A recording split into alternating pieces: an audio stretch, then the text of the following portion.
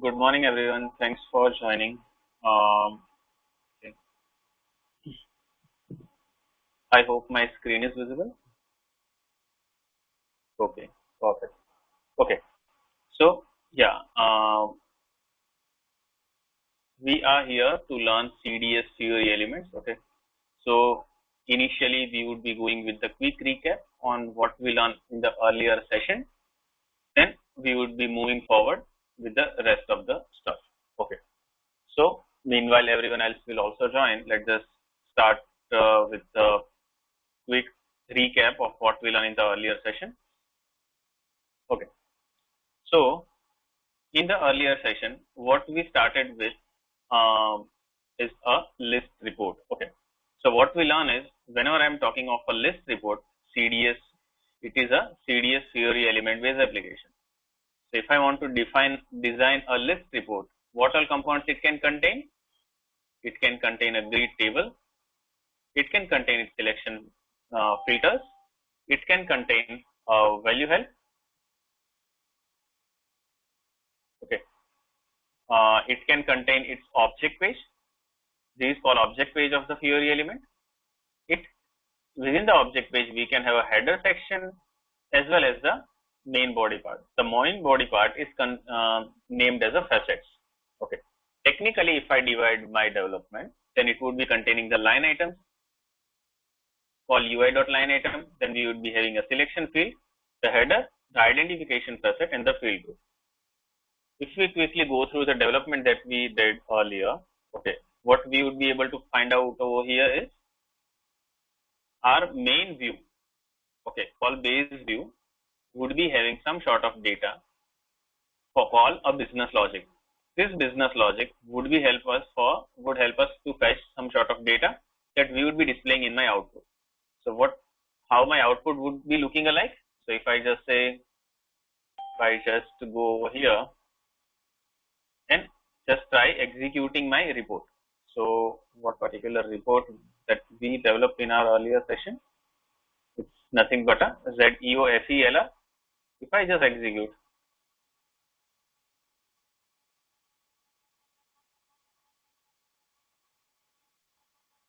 then we would be seeing how my output would be looking alike. Okay, then we would be seeing that we will have an output looking something like this, which would have a grid. We design object page also in the earlier session where we can have a data point mentioned over here, header info, multiple facets, the left side called identification. These are nothing but my field group facets. Okay. Yeah. Sorry. Can you? Yeah, Gagandeep. Sumit, I had problems with the F4. Like, can you show that once again? There were different ways, right? Yeah. You have issues with the providing F4 at the selection screen elements. I mean, like the inputs. Yes. So you are talking about like this. If I just say F4 value over here, you are not able to get the F4. That's what you are saying? Yes. Yes. I mean, there were two ways, no? Through which one is if we create a separate CDS view for this, and then correct. Exactly. And there will be other methods. Yeah. Yeah. So if I just talk about over here, let me just go over here saying, let's just say very first thing. Okay, which method did you try going with? Let's just say using association or using the separate consumption value add? Separate consumption value add. That gives us more flexibility, right? Exactly, and you would have more information to present it to user. Okay. Now let's just say if I want to have a consumption value, I'll just comment this out first of all. This I gave to my company. I'll just say activate. If I just go back, say over here, I'll just say refresh.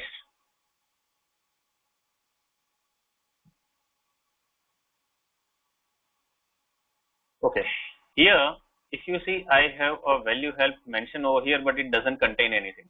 Okay. Now, the point is, if you want to have something presented in my output as a value help, what you would need is a annotation. That annotation would ultimately can be provided using a consumption level. So I can say @ consumption over here. Here you have, if you want to go with a value help, then we have to define a value help definition. This value help definition contains a pointer to the view which you would like to use as a value help. For example, I just use the standard value help over here. So it's I company value help, I company code value help. That is one of the examples. So if I just open this view for reference, how does it look like? So if I just say navigate to this one, this is a data definition. You just open that view. Yeah. So there is a ultimately nothing but a value help view in which we have a company code also associated with it. So I'll just go over here saying I have an entity specified. The entity contains two information. First of all, the name of the value help, that would be name of the CDS entity. Okay, so I can say okay, name of the CDS entity. Second, if I want to give a value help to my BUKRS, okay, so you have to specify which element from this value help would be exactly matching with this. So the data, whichever a user is selecting, needs to be filtered on this data, right? So I can say element. So these are the two parameters that we are expecting. So I'll just copy the name of the company code over here, and then we will be able to find it over here like this. If I just activate, and if I just refresh,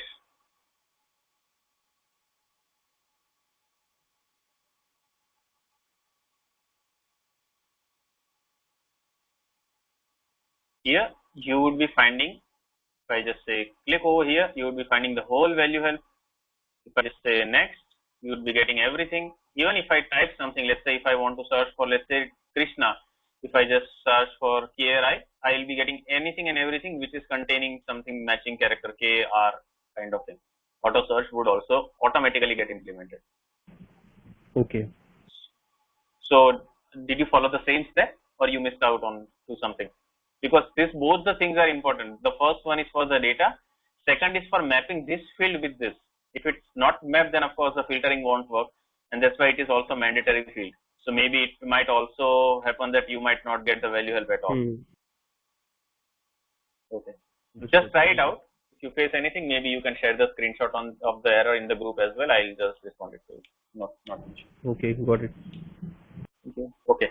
Yeah, there is one thing. Now, next thing. This is something that we learn on the color coding, which can be done using criticality. Next thing that we learn over here is on the BOPF part. That if I want to go with any sort of create, update, delete functionality, the one which we learned earlier was a pure dashboard. The one which we are talking about over here is called a create, update, delete part, using which we can create an object that we just learned how we can create an object. We created this, and BOPF object we added determination, using which we can have a also field mentioned like this. Okay, now if I want to have something also incorporated over here, then let's just say whatever we are getting over here is an object page. We have identification, we have a line items and everything specified. Now we are performing two actions. One is delete, another is, let's say, create. That is what we are currently achieving.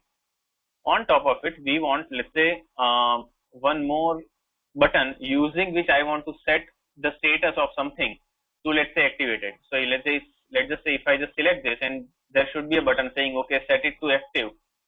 Set to active button, if I click, I should be able to change the status to A. That is what my main purpose is. One more thing which I also want to show you just before that is, let's just say we have multiple things available over here. Let's just say we have available with certain things called multiple fields we have, out of which let's just say pick one field which we don't want to show in my output. Let's just say BSAKZ, for example. Just as an example, I am picking up BSAKZ. Okay, now this particular field, if I want to display, but let's just say I want, okay, one second, just give me an error. Do we already have it? Okay, yeah, we already have it. Let's just try picking some another field, saying let's say BDNR. don't want to use this.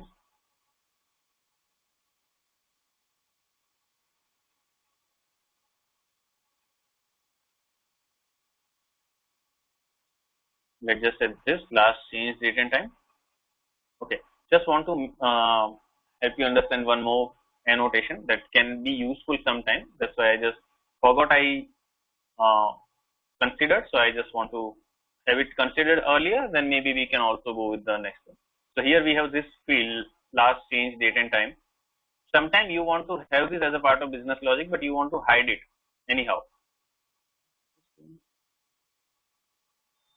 It's not a subclass of NPC.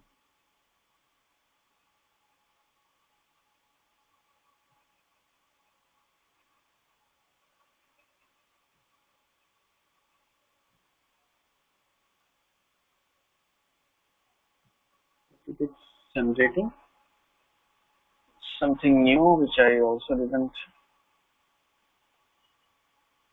Is it due to this?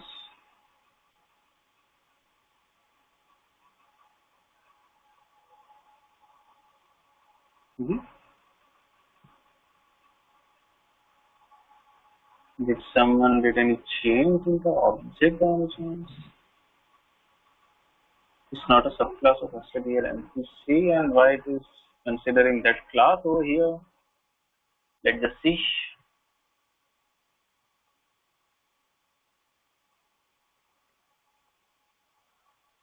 One second, let's just figure out what it is actually trying to point out. Let's just open the SAP system.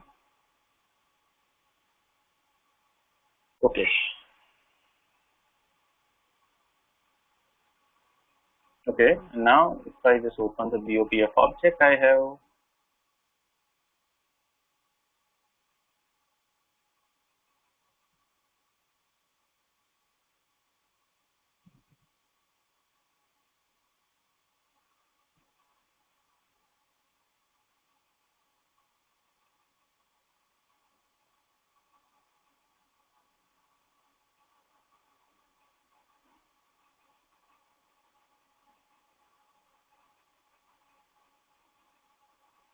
maybe not sure. We'll just see why this error is coming, but yeah, it should not impact any of our functionality for time being. Okay. Let's just say what I'm mainly focused about over here is that error we can of course come across. I'll just come back to that. So let's just say we have one field, and that particular field we are using over here, and now what we want over here is that we don't want that field to be used on the UI. For some reason, I want to make it hidden, for example. All I have to do is I have to just use that field. Let's say there is one more, that it should be a semicolon,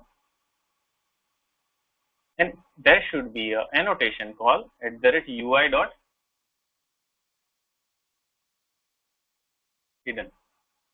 So this hidden annotation is there, whose purpose is to make anything hidden on the UI. So certain fields would be there which you might use as a hidden field sometime for any sort of purpose, then you can use it as a hidden. So this is one of the annotation which we didn't consider over here, so I just use it for now. Not a big thing, and not okay. Now, one more thing that we are ultimately planning to have over here is one more button over here for, let's say, setting something to release. Let's just say what is the status for release for us. I just go over here saying ZEKKO. Okay, we have a status over here. Let's just say value help. We have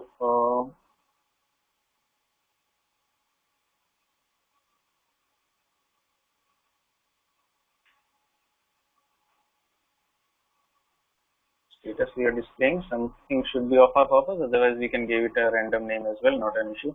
9 is for enjoy purchase order, D is for RFQ, anything. Okay. So let's just say I want to set something to active. I just want to have a button called set to active. Upon click of this, if I just select this line and just say set to active, then the purchase order's number, the purchase order status should be changed to set to active. That is the main purpose. For that, what we have over here is called an action. For example, I'll just say right click over here and I have to create an action. For that, I'll be going into change mode.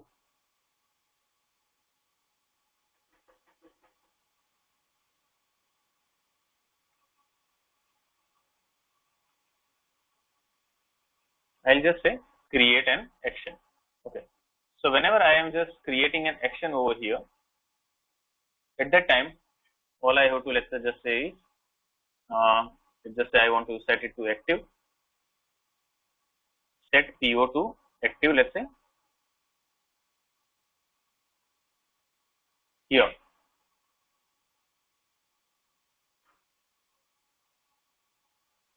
As we are working on the particular single node dedicatedly, I mean of the particular this, a child node has already a separate BOPF associated with, so we won't be going with a single node instance over here. We can give any class name, let's just say ZCL, let's just say LRCUD, and for let's say action. Okay, and here we don't want to give any sort of importing and exporting parameter. I'll just keep it as a blank for now. I'll just say save. If I just open this and just try to see what particular package I have.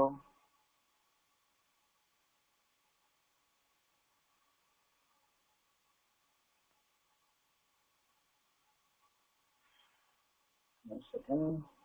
Just select the correct package. Here we have. I'll just say save in SES, for example.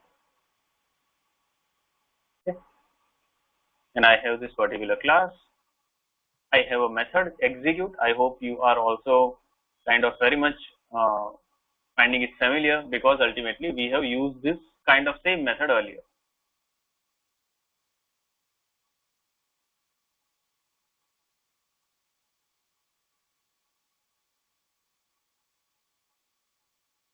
Okay. So it would ultimately generate a particular method for me. I'll just say regenerate, and it would generate that particular object also for me. And next thing is, one thing to consider over here is, here I am going with the example where it's a action that would be performed by default. I am not going with any sort of parameters as such, but here what you have to do, if you want to perform some sort of actions based on some sort of importing and exporting parameter, you could also go with some sort of structure, a Z structure, which would contain the list of importing parameter, and you can also send some sort of response. Practically it is possible, but the part of curriculum, we would be going with a normal action, because the fundamental would always be the same. Okay. Now, if I just go over here, just say execute. In case we have a parameters, we would be receiving it in the structure called IS parameters. If it is not, then of course it would be blank. But anytime, okay, our main way of working over here is, we would be reading the data. Okay, that is my first step. We would be first reading the input, then we would be manipulating the input as we did earlier, and then we would be setting it to whatever value we want, and we just trigger an update method. So first, after reading the data, after manipulation, if you trigger the update method, then it would automatically get updated upon user action. Okay. So what I want to have over here is, I can say, okay, IO read. That is something that we used earlier. I hope you remember. If not, I can just have a walkthrough in that particular direction as well. Let me just say BOBX. What's that? Maybe this is the one. If you see, we already had created some sort of determination for creation log, right? If I just open this, you might be remembering we created the particular method earlier, saying it contains the combined data for us. We are first retrieving the data. After retrieving the data, we are manipulating the date and time, username, and we are just calling the update method. Everything and anything would be similar for this particular scenario as well. If I just go by just copy pasting, because ultimate purpose is the same. The way we would be writing the method would be same. Everything and anything would be same. So here, just we are adding it as a action. We are just adding it as a separate button and not as the we can say hook methods executed after a particular default REST API action has been performed. It's a custom action we are creating. So here I have created a data which type is ultimately nothing but a combined structure. We are just using it over here. Once we have the data, we are passing the key over here. This time, what we are more interested in is we are willing to change the status to something. What is that something? I want to change it to, let's say, A. So whenever I just click on a button and just say A, it would ultimately change that particular status. So what is the field that we are ultimately changing over here? I can just remove this and I can just say I want to update the status over here. So here we are passing all the change parameters. Rest everything and anything is same as what we learned in the earlier session. I'll just activate this one. Once after activating, action backend design is ready. Okay. What we want to have over here on the front end is a button. Okay. Currently, if you see, we won't be having any sort of button which would ultimately solve the purpose for us. If I just re-execute this particular functionality, you can see the particular page, I won't be getting anything. A new button is not available yet. My purpose is I want a button over here. At the same time, I also want a button over here. The delete and edit is there. I also want one button over here. So what I'll be doing over here is I'll be adding one more button, and that button I'll be linking with the method which I just created. For that, we have one more annotation.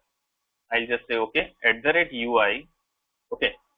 And here I want button at two places. So of course, I want one for the line item and one for the object page, right? So one button I'll be adding it for line item, and another one I'll be doing for identification. Okay, let me just complete this, otherwise it won't pop me with a value help. Okay. So when I say line item, what thing I want to specify, I have to define it in a type. By default, it would be standard, but we want to go with something, let's say, for action. Okay. And we want to put it somewhere. So let's just say position, we want to make it as, let's say, just a 1, for example. What do we want to get triggered upon click? For that, we have a data. Sorry, we have a comma missing over here. We have a data action. Where the action would get executed from? It would get executed from BOPF. Okay. So the particular object here has a dedicated BOPF associated with it. So I do not need to give a name of the BOPF. Okay. And I need the method to get executed over here. Call set to active over here. And I can provide it a label, and the label would be set to active. It would create a button on my grid because it's a line item. So now, by now you should be knowing what is the purpose of line item: to create individual columns, or we can say design anything on your initial grid. So here, if I want to design an action, then of course I'll be going with the line item. Same goes with the object page. So if I want to go with some sort of object page action, I can go with something called identification.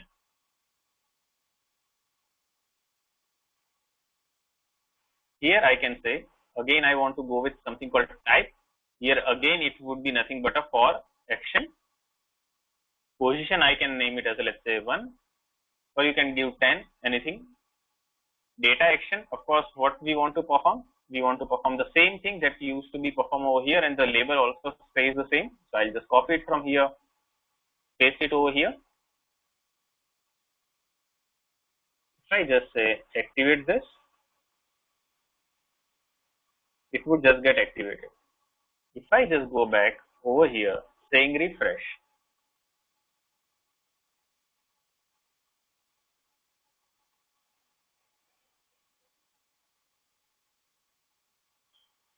we have a button available over here called set to active. Likewise, we can have 50 odd buttons, whatever as per your business requirement, we can have it available.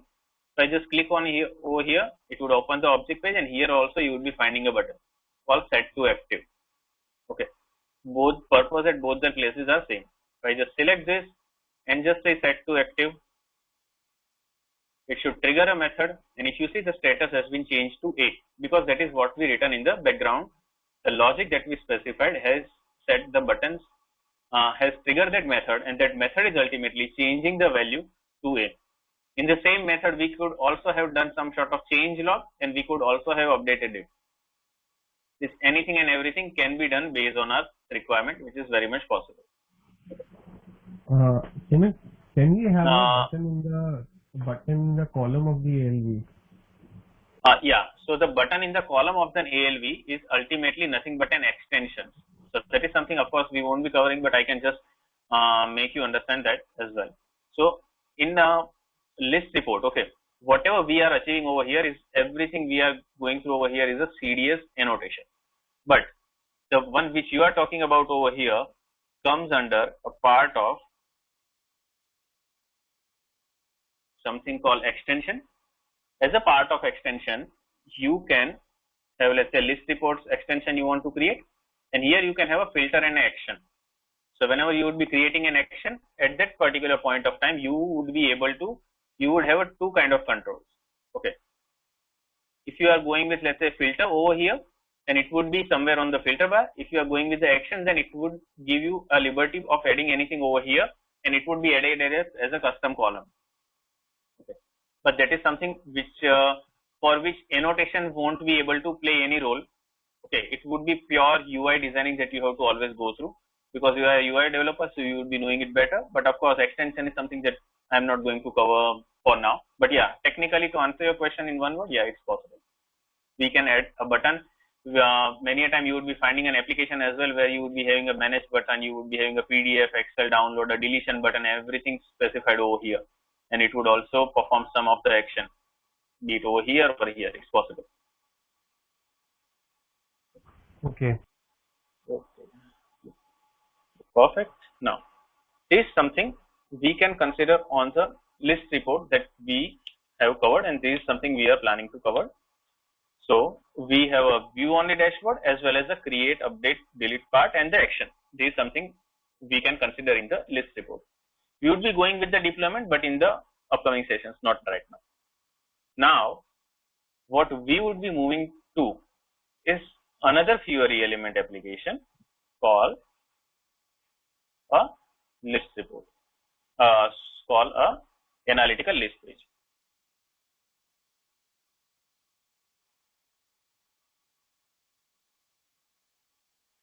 Called a ALP, called analytical list page. Okay. So the analytical list page application. So main crux over here is, whenever I am talking of a analytical list page application, why it is at the first place required. Okay, we already have a very beautiful list report which gives us all the functionality, everything and anything data we want to show. We also have custom UFI application which is also very easy to design, and we can have the information that we want to present. Okay, but why ALP is actually required then in that case? Okay, so ALP is required because it has a different target audience.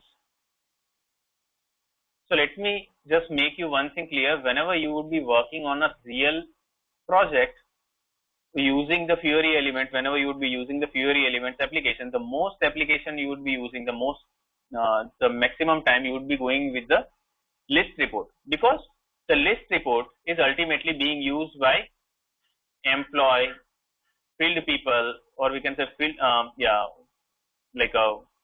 field users. Okay, the higher management, everyone, because it gives us a proper data in very detailed manner. But the analytical list page has a very different kind of audience. Let's say if I consider a CEO or CFO or CIO or vice president, any sort of higher management people, they are more interested in the analytical data. Okay, they don't want to go with each and every purchase order saying, okay, for this purchase order I have this order placed. Sorry. So for this purchase order I have something such order placed which is of this value, which is of this material. No, they are more interested in the revenue, what was the sales done in the earlier year, what is the particular individual subsidiary performing. For one company code, let's just say I have let's say one set of, for one company code, let's say I have one set of business, or we can say one set of sales order already created in my system. Okay, for one duration, let's say for March 2021, what was my revenue getting generated, what was the sales that was happened. This is something your higher management is more interested in. They don't have a time to go to each and every line item of your record. Instead, they want a detailed output. That detailed output can be provided, okay, in a brief manner by ALP. Okay, now if I talk about the ALP which provides me all these output, how I can achieve those? You can achieve those using its particular floor plan. Okay, you can say ALP floor plan. Let me just try to go through the ALP floor plan. I can say analytical list page floor plan over here.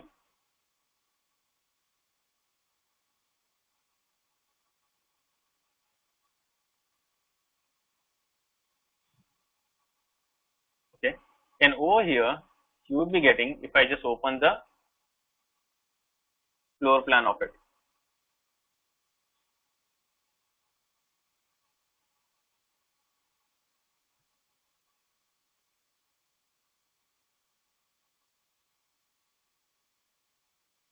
Okay, so this is how your analytical list page would look something alike.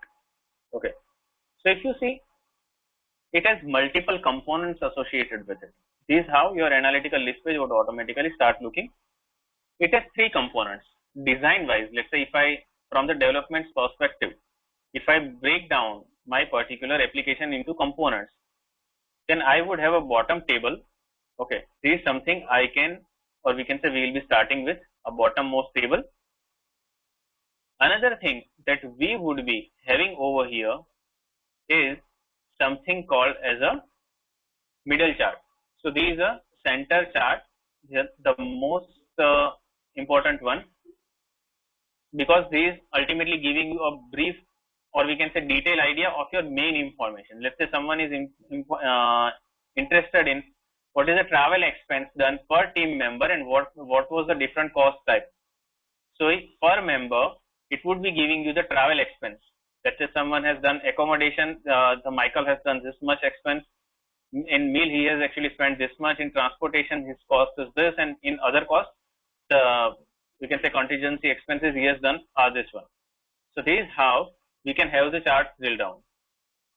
Secondly, if I just go over here saying, if I just am clicking on Michael, then what are the detail entries? So if I just click over in here in the chart, then my information would get filtered automatically based on that particular component, saying for the Michael, whatever information you are looking for is available in this table.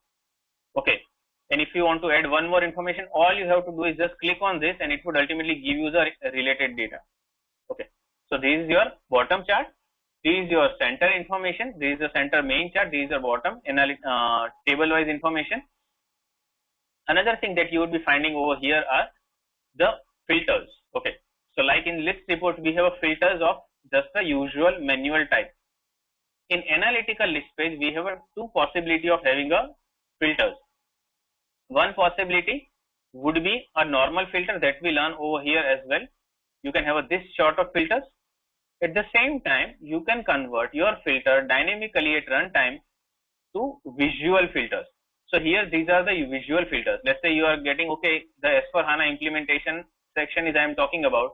If you just click over here, or whole data, I mean the chart and the data would get filtered on this particular scenario.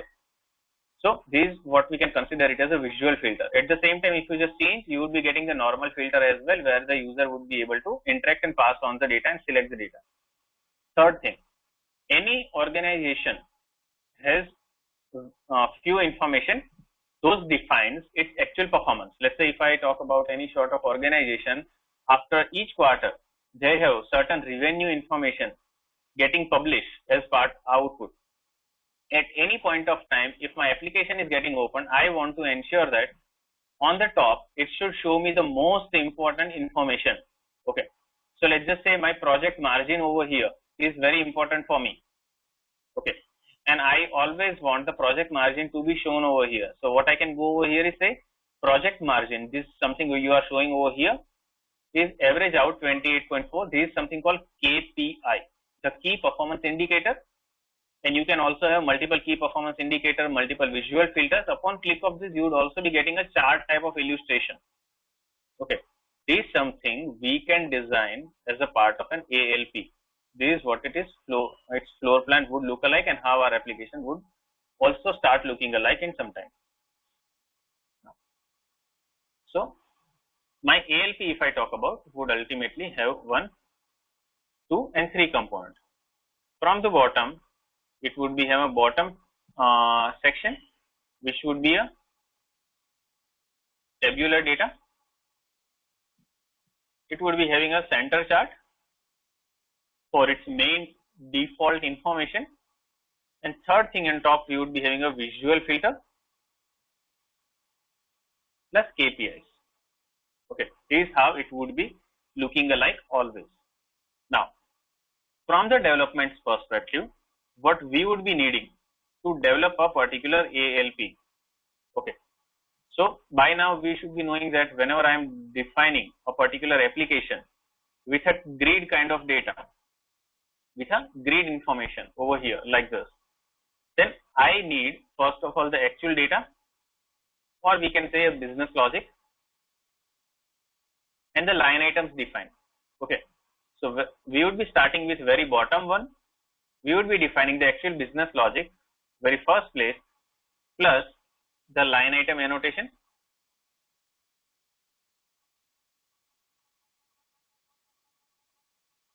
which would ultimately help us generate the very bottommost section. Second thing what we need is, we want to convert the whole information into a chart based manner. So we would be converting this information in a chart. Okay, you can say we would be converting this info into a chart. Okay, and once we have a chart prepared, we would be binding it over here, and we'll see how the drill down would work, and we would be defining the filters using which this whole data can be changed. Okay, what all kind of charts we can play around over here? We can have a, let's say, a column chart.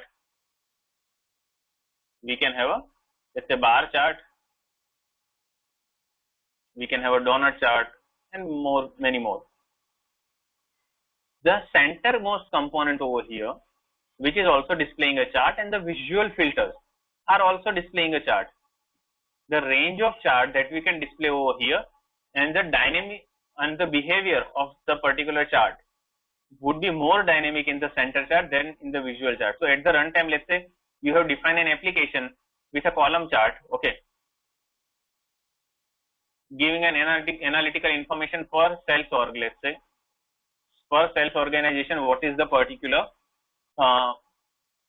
let's say, net business which is happening. I mean, what are the total net sales orders that those are getting generated if you want to show. Afterwards, someone wants to drill down this sales organization based data also on a, let's say, some sort of distribution channel as well. Then not a single line of code change would be required. Automatically from the settings menu, you would be able to change the behavior. So this is how a ALP is designed and how dynamic it would look alike always. Okay. But it would all become more clear whenever we actually start developing something. So what we would be doing over here is, I'll be starting with the development, and we would be defining the very bottom section first, then we would be going with the center chart, and then we would be going with the visual filters and the KPI. So this is how we would be proceeding with our development. Okay. So, and we would be taking some sort of self-analytical relevant information, because realistically, if I go, then of course higher management is mainly concerned and more involved and more interested in the self-analytical detail. Okay, so that is something we would be learning over here. Now, let's just say I am going with the actual applications development for now. For example, I am just going with applications development over here.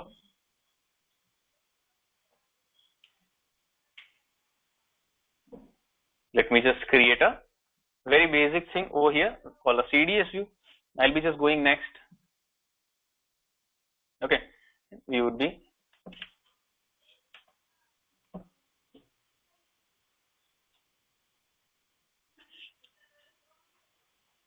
okay. Now we would be defining our ultimately fine. Yeah, we would be defining ZEO C, and let's say ALP.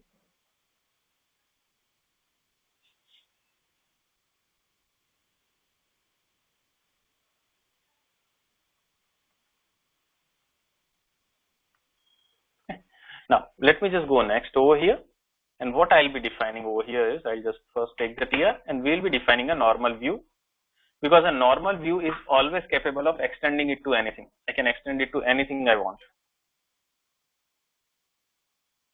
Okay. Now, very first step, we would be always going with something that we already know.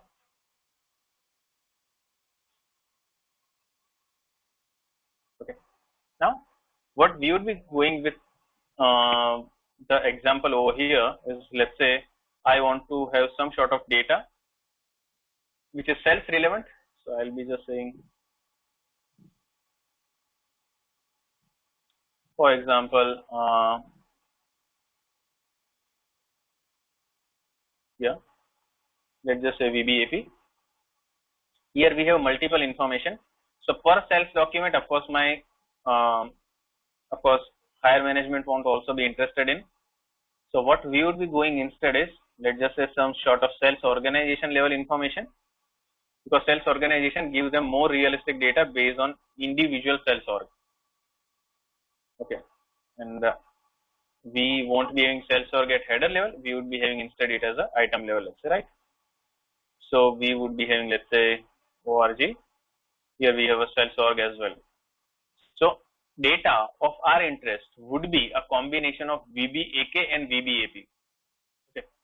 So I'll just say select from a set of data VBAK. Okay, and I want all the data where a sales item is associated with. So I can say as VH for header. We would be joining it with a VBAP as VP, and the joining parameter over here is something called VBLN. It would be same in the over here as well. Now, this is my CDS view entity. You all know that because we already know CDS now. I'll just change it to SQL view over here. I'll just keep this name for our future reference because we will need that. I can say CDS for ALP is something.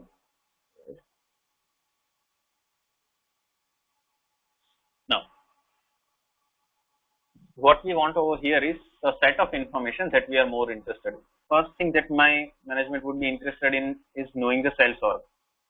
So I'll be defining a sales org level information saying my header dot VKORG over here, and I can name it as a, let's say, sales org.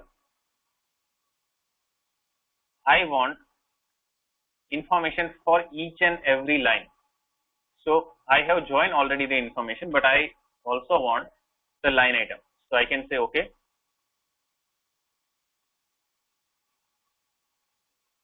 Let's just say item.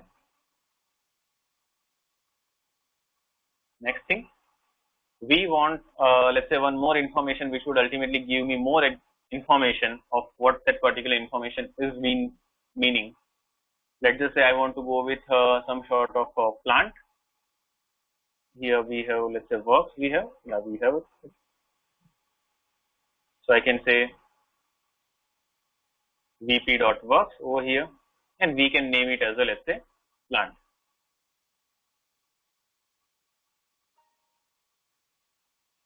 Next thing we are interested in over here is, let's just say,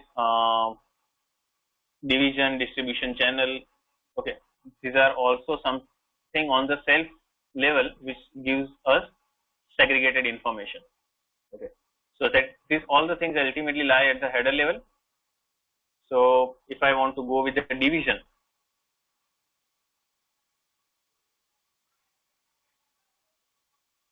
we have SPRT, which is nothing but a division. So I can say VH dot SPRT as, let's say, division. Then we want some sort of distribution channel as well.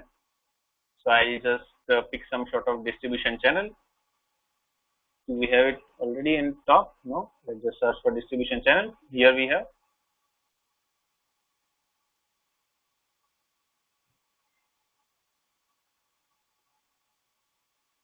Okay.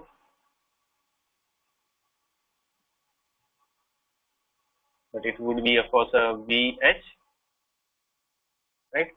Now, main information which ultimately my management would be interested in seeing is my particular cells which is actually happening. Now, cells ideally happen in total quantity. Okay. So what I'll be going over here is, I'll be checking for total quantity of the particular order that I'll be using over here. So let's just say I want to go with the total quantity. So if I just open this VBAK, then I am finding some sort of value first of all. Maybe we can take this over here saying, okay, this particular sales order has €1,000 of business done. This particular sales order has this particular amount of business already done on its particular name. Okay, so I'll just select that column and what it was. Okay, so we have a net price over here available with us like this. This is a header level information. If I also go with the line item level information, because that is something which is which would give us a more drill down information, plant level information we want. It's taking some time. Just bear with me for some time.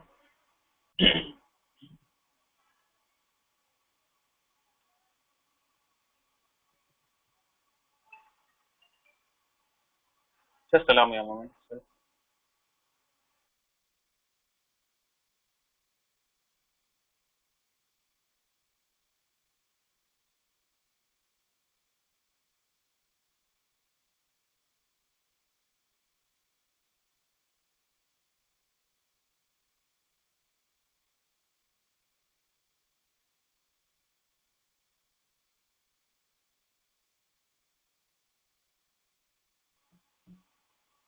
Yeah, sorry for the interruption, guys. Okay, I should have some sort of information over here right now. Yeah, if I just go to VBAP, and if I just open this, then what all information it is giving? Yeah, it is giving more information. It's giving me the quantity. At the same time, it's giving me value as well. If I just go over here,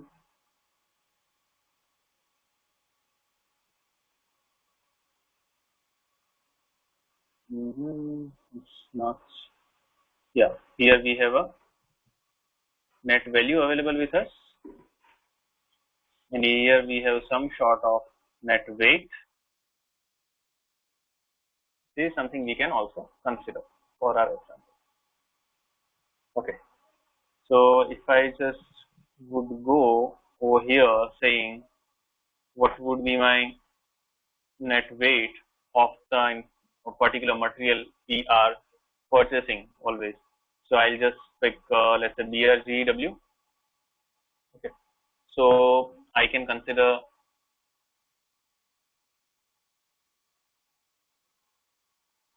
what it is term as it's nothing but a gross weight.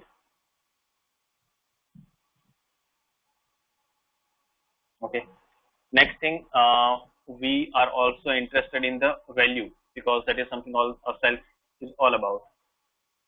So we want some sort of business. This is a net value.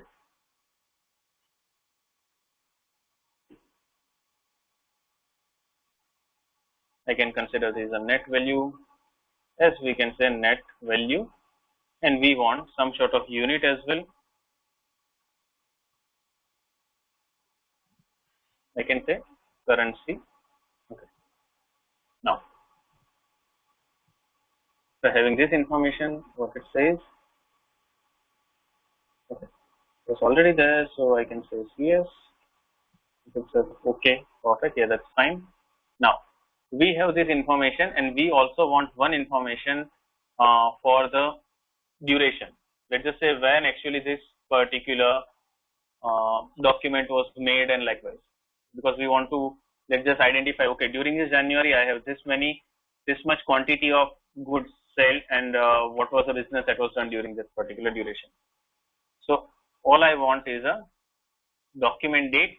So where I can figure out the document date from, mostly from the header document. So I can just go with my header. Here we have document date. I can pick this AUDAT from here, and if I just say how my AUDAT would be looking like, let's just see it in output. Okay, I can name it like this.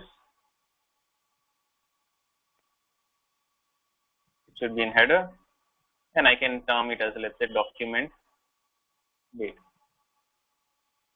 Let me just activate this and see what all information I am getting actually as part of my output.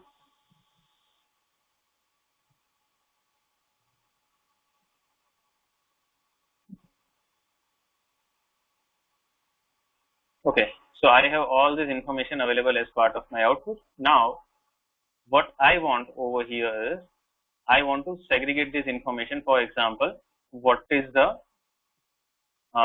month and the year during which my particular business was done. Okay, so I want to break it down to something. Let me just try to change it to a month and year combination. Okay, I can say case. This is something we have already used earlier. I want to get a substring of my vh.au date. Okay, how I can get the substring? I want to start the initial parameter from where I'll be starting till the end. So ideally it should be YYYYMMDD. Okay, so I can say it's starting from 6 to 2. I can say when it's a 01, then I want to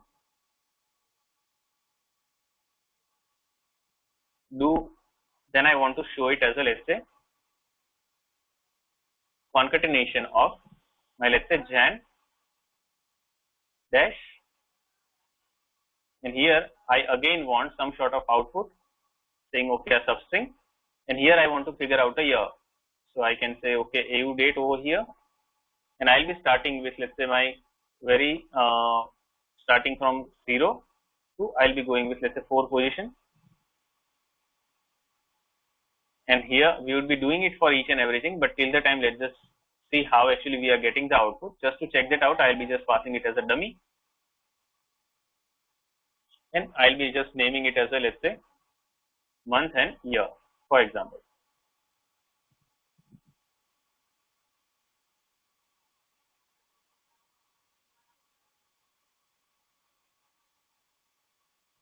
But it is giving an as an error. Parameter must be a positive integer value. Okay.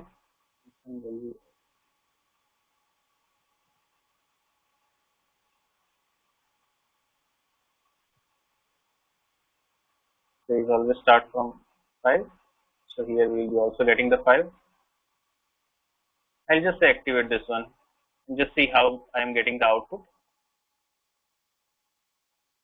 If I just say execute now, for this one I am getting January 2020. Likewise for everything, same I can go with another month as well.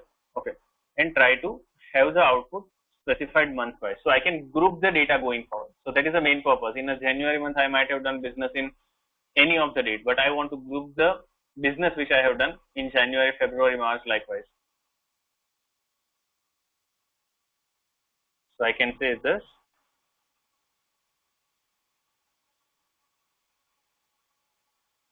Two, three, four. Another, yeah, over here. 5, 6, 7, 8, 9, 10, 11. I can say 12.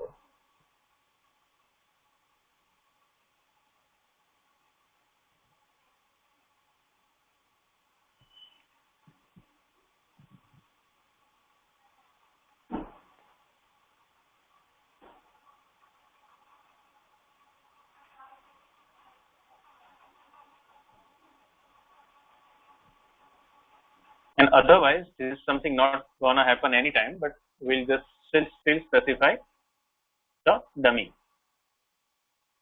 just to filter out and group each and every invalid information if there are any specified in the database. If it is there can be a junk data also in the database. So we have the data specified and grouped based on a particular month and year entry. So this is something we have available as a data with us. Okay. Now, if I just see the information which I am having over here, the main important information and the main interested information over here we have is the net value, the gross rate. This is something that we are more interested in showing to the user. Okay. Now, the information is available to us in the form of a data for now. Till now, we haven't shown anything. Okay. We have not shown anything to the UI. Okay. So if I want to show anything to the UI, what I am more interested in over here, the bottom section, it means a tabular set of data I am interested in. Okay. So if I am more interested in the tabular set of data, what I'll be going over here with is a designing of the UI part. Okay. So for designing of the UI part, let's just break down this particular example into again two sections. One for the business logic that we all know. Another one is for the UI designing. Correct. So I'll be just saying copy the name of this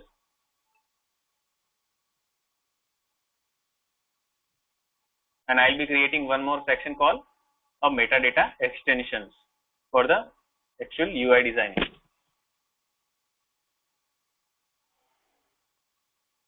I'll be giving the same name for the metadata extension.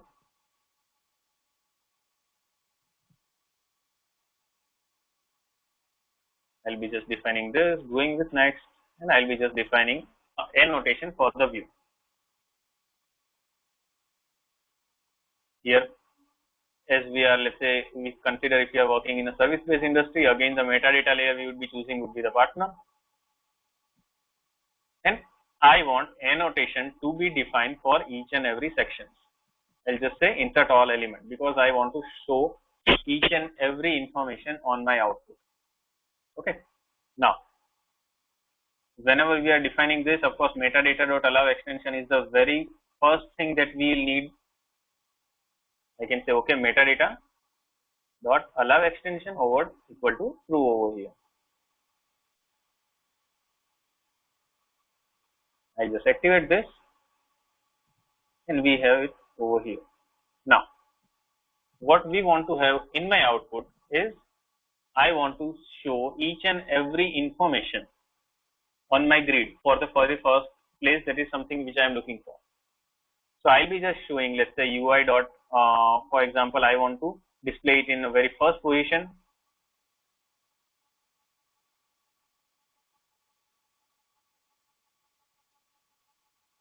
As you all know how to design a grid, that is something we have learned as a part of list report. I am just going quick. Okay. At any point of time, if you have any query, you can anytime pause. And if you have any suggestion as well, saying, okay, this can be done in this way or as well, because you are all are born UI developers, so you would be knowing better than me. Okay. Over here, we have this all the information, which would show each and every information we want to display on my output, saying 20, 30, 40, likewise.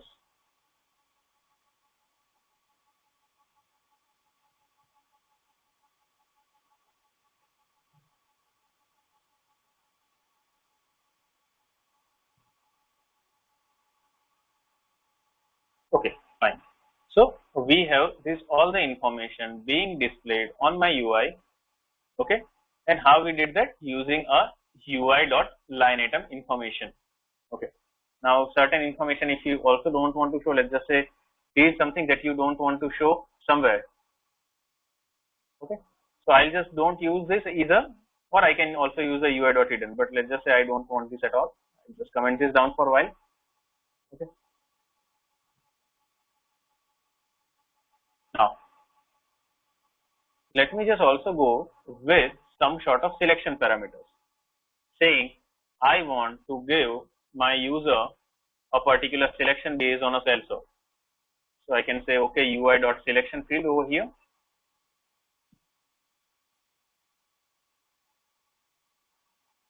I want to give it for the cell sort, let's say, for let's say some sort of division as well.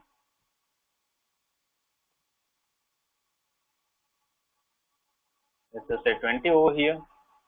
Okay. Let's just say distribution channel. I also want some sort of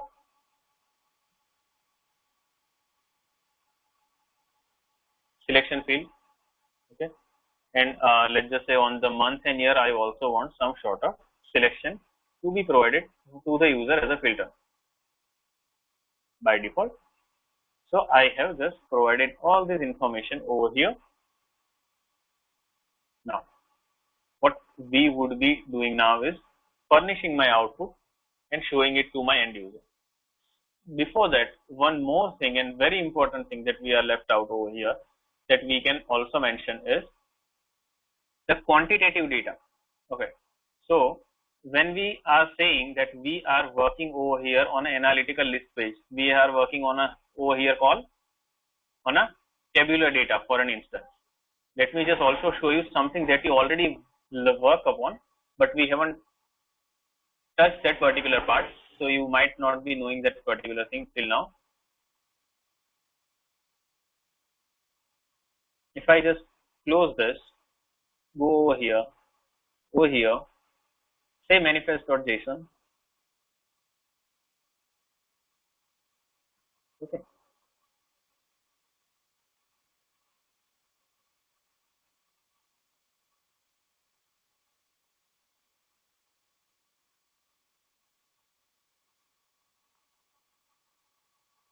Okay. So here in the particular application, okay, whenever we want to display some sort of information in a particular table, we have multiple possible ways. Okay. So let's just say here in this particular table, whenever we are not defining anything, okay, in the particular pages we are defining that, okay, we want to display the PO info set. It would by default be displaying as a list, and what we can call it as a we can say grid table as well. Other than grid table, in Fiori list element, of course, there are three type of table possible. List report, or we can say in a FE tables, we have a grid table, analytical table, and we can say a responsive table possible. In ALP, most preferably, the table which is being used is called analytical table. This is something we would be seeing, and we would be seeing where actually it is mentioned as well. Okay, we will be seeing it practically.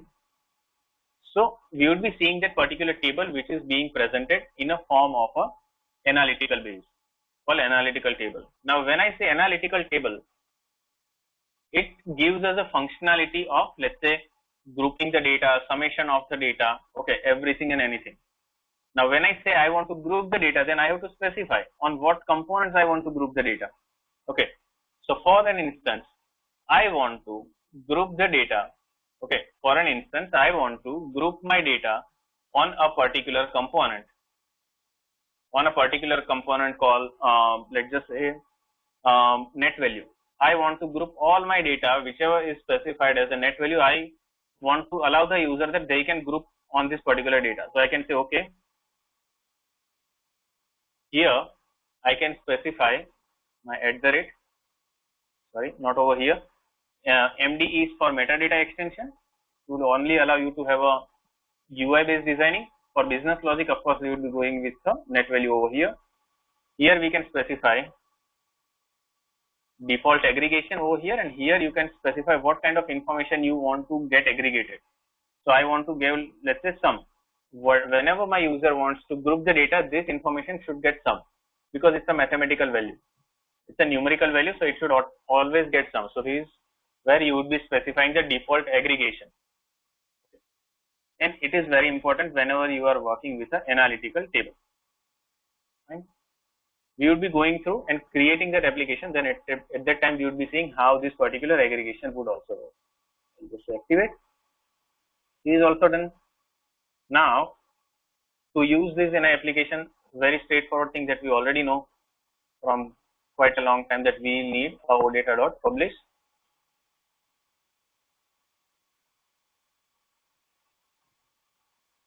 Okay. Now, I can, let's just say, self analysis set, let's say. I'll just say activate this one.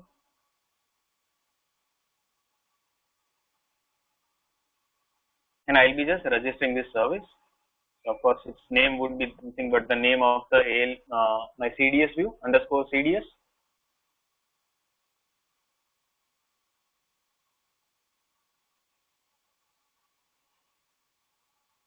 I'll be just registering this service.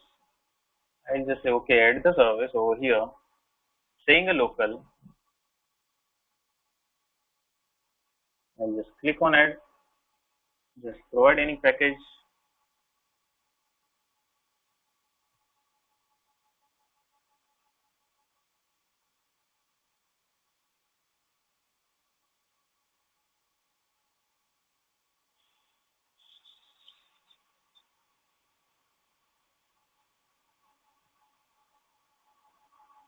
Just say enter. It will just register the service, and this service we can use it post time. I'll just say cancel, go back, filter down the service.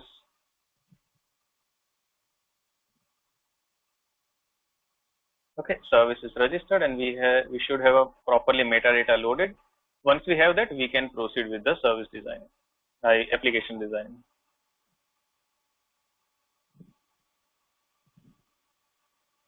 Okay, so we have the application available with us now. What we would be going over here is, we would be just picking this particular service over here, going in the web IDE,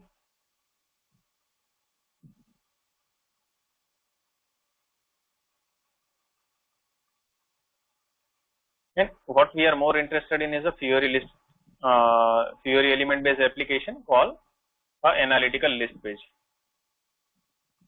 I'll be going next, and here, what was the name that we gave to my list report? ZUFELR. So you can say ZUFEALP. I can say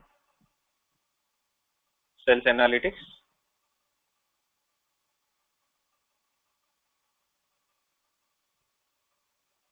Give the same to the description. While working with the ALP, the name of the namespace is very important. You can give it as per your organization. I'm just giving it EO.ALP. I'll just select the backend.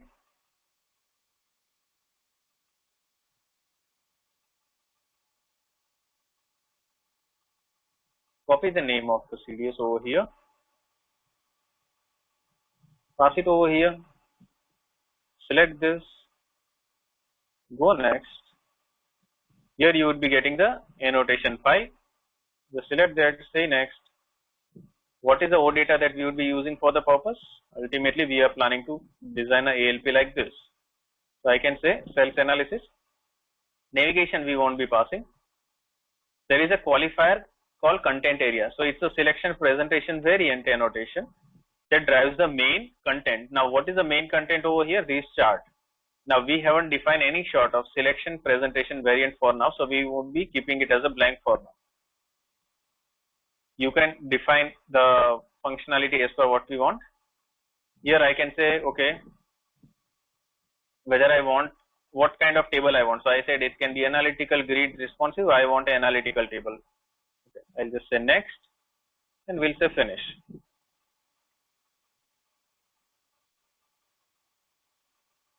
If I just go over here, and if I just open my manifest.json over here, okay, if I just again scroll down bit, here you would be finding a table type called analytical table. Here you could have a responsive table or a grid table. Okay, also specified. It would allow you to have a table visible in that particular manner. I'll just separately, for example, I'll just say next, open this and see how we are getting the data in my output.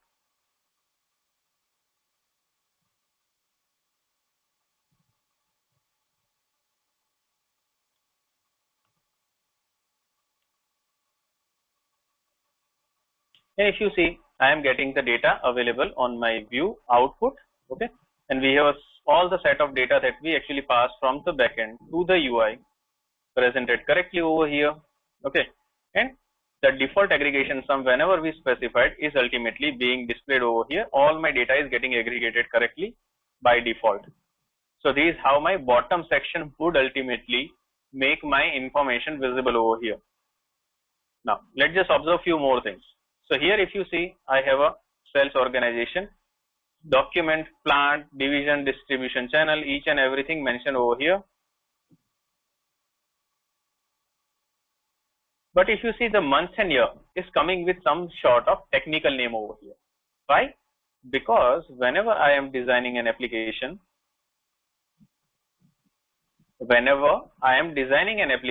ideally, okay, whenever I am designing an application, ideally it would take the information from the data element. Okay, so let's just say if I just talk about this one, then it's taking it from wiki.org, Postner and everything.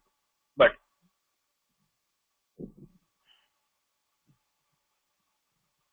if I talk about the other one, I mean, let's say the month and year, these are dynamic columns that we have generated. So if there is any sort of column that has been generated dynamically, it doesn't have any sort of data element reference. If you want to give a label to it, what we can do over here is, we can again go in my MDE,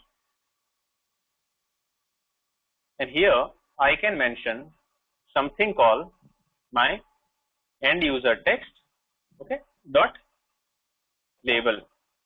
So whatever label you would be giving, let's say we can say document,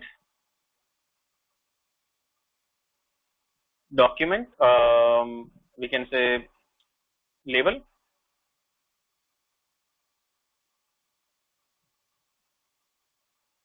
and I can just say activate.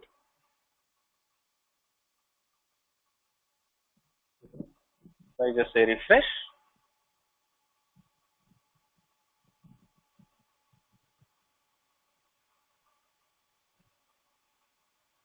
Here we are having this. So this seems bit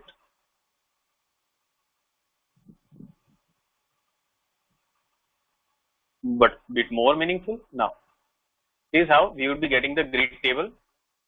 If I just have click over here, there is some information which is ultimately not making it.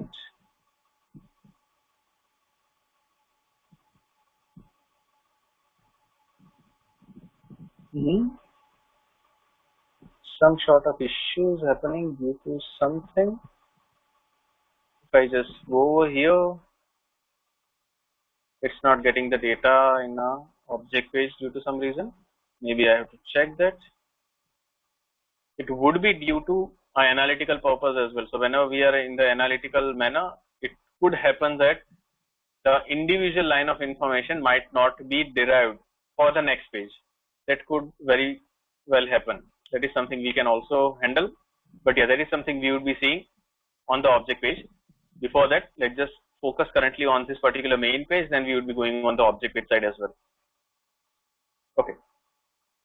So we have this information available over here in an aggregated manner, and we have the information properly displayed in the output. Now, what we want to show over here is a main chart. Okay, because that's the main content area that we are mainly focused upon, and that particular main content area should show the initial information of the chart that we are mainly interested in. How we can design that. So whenever I am talking about the main information, or we can say the main chart, like we define the UI line item, selection fields, the criticality, value help, and anything and everything. This all the things mainly, okay, are part of the UI annotation or the consumption annotation. Wherever it's an extension, we would be going with the consumption level part. Wherever it's a new definition of an existing UI control, we would be defining it using a UI annotation. Okay, and there would be multiple sections. If this is a attribute level information, definitely we would be designing it as at attribute level. But if it's a information which is an over and above attribute, it's a full table level information, then at that time we would be defining it over and above it. Let's just say I want to define a chart, okay, but containing whole information, whole bunch of information. So what I'll be doing over here is I'll be defining something called a chart. For that, I have to define something called UI.chart over here. So this section would help me build any number of chart I want in my application. Okay, so we'll be first designing our very first chart over here. So when I say I want a chart, now what a chart would always contains of, okay. So when I say I want to design a chart, for example, I would have, let's say, a box like this, and here there is a chart saying, okay, this is my information. This is my one set of information. This is my another set of information available with me. If it's the same color, of course, it's called a categorization of the information. Okay. Now, let's just say my very first chart that I want to define over here is for the purpose of sales org wise business. What is a sales org wise business that has been done? That is something we want to figure out over here. Okay. So when I say business has been done for sales org, it means this individual block, okay, this individual block, whichever are there, are depicting each and every sales org. Let's say this is my sales org 1010, this is my sales org, let's say 1020, 1030, and likewise. Okay, so this is how my sales org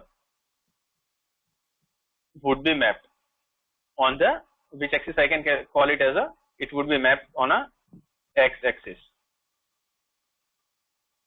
So when I say my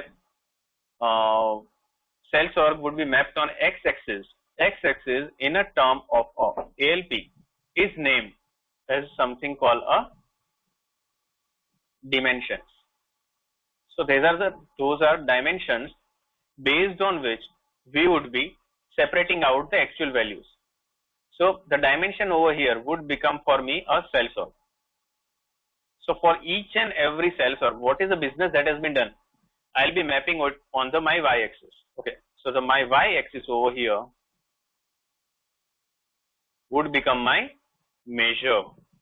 Okay, so measure would be my actual values, saying, okay, it was a, let's say, $10 million business which was done. Here it was, let's say, $5 million US, and here it is, let's say, $0 million US.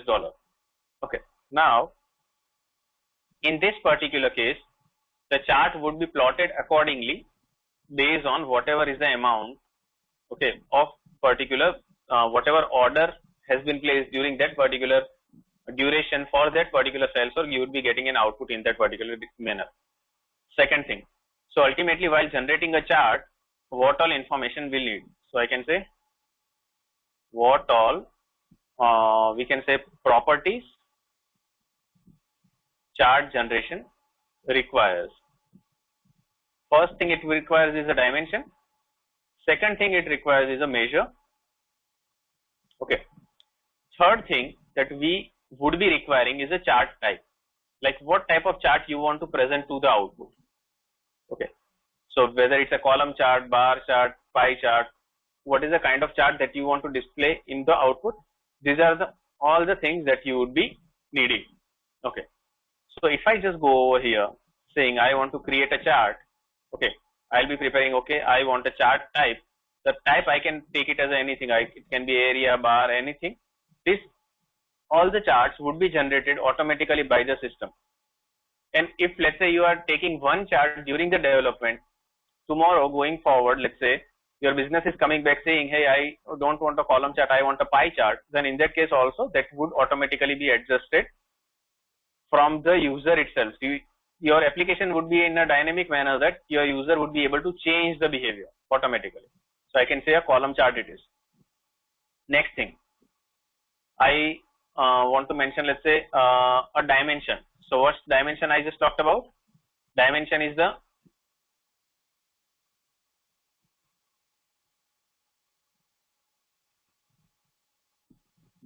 the property which would be mapped on your x-axis over here.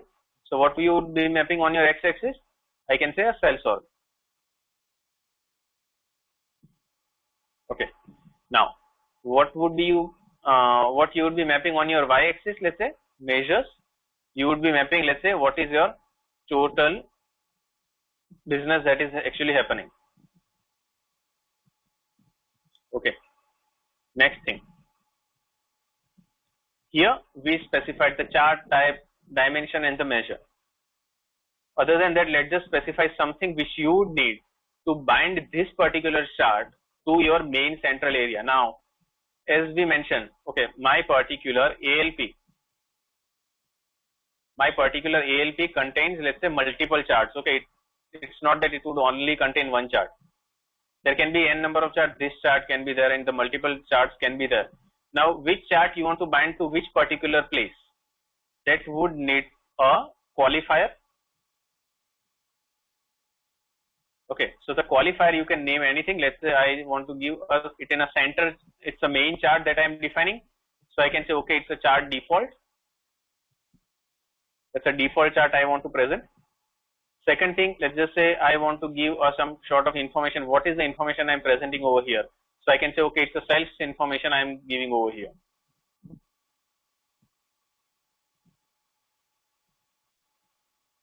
Okay. Third thing over here is, let's just say we specify dimension and the measures. Now, what kind of values we would be presenting over here? So I can say, if I say dimension attributes over here, then the attributes say, okay, my dimension over here would be definitely the one which I specified, a sales org. But what would be the role? The role can be a series or a category. Okay. So a series or a category. So when I say a series, my data would be colored in a manner that, okay, you would be getting one color for, let's say, 0101 sales org, another color for another. So it would be easily segregated. So I'll just say, let's say, a series of information I want to show.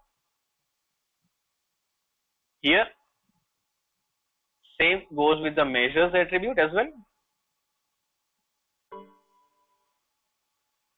Okay, when I say I want to go with the measures attribute as well, I'll just specify, okay, measure over here. And what is the information that I want to specify over here? Measure. Okay, and here I'll be specifying my role. And here based on what kind of chart you are working upon, your system should be more dynamic. So let's say I'm working on one category, so you would be going with, let's say, axis 1. Your y-axis would be 1. Sometimes you can have a multi-axis data also presented on your UI. Okay, so that is something that we can specify using axis. Okay, this is one of the part. Now, to have this information visible on your UI, I hope you would be remembering the information that we just read while generating a ALP. The selection presentation variant. What is the selection presentation variant that you have over here? So that particular variant we can say is a presentation variant. Presentation variant you have to define for this chart. Okay, for the system to easily identify Okay, what is the variant of the chart that you have created, and this is something you would be able to map to your manifest, and then it would be visible on your UI. I'll just say save. Okay, here I want to generate a chart with a qualifier. I'll just give a name to the qualifier. This is something that is very important because I need to map it to my manifest.json. I want to give it like default over here. How I want my chart to be present on my UI. For that, I have something called visualization. In the visualization, I want to specify, okay, what is the kind of visualization I want in my output? I can say as chart, you can show it. So it would show my information as a chart. Next thing, you want to specify it as a qualifier, saying, okay, if I am showing as a chart, where is that particular chart presented at? So I can say, okay, this is a chart default is the one which is ultimately carrying the chart that we are interested in. Okay, so it would pick this particular chart over here. And I'll just say activate this. So ultimately, it would build a chart for me.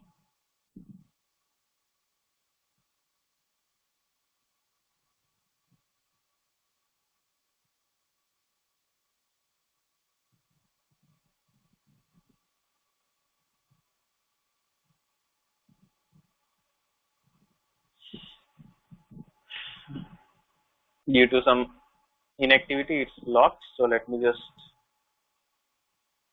unlock that as well. This would happen sometime due to the slow network speed if you face.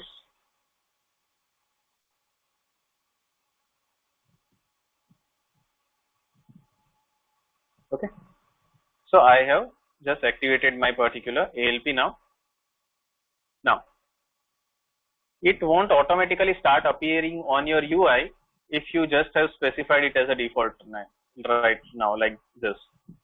If I just go over here and just say I want to refresh this and just see what is the change in the output behavior I am seeing, you won't be finding any change in the UI.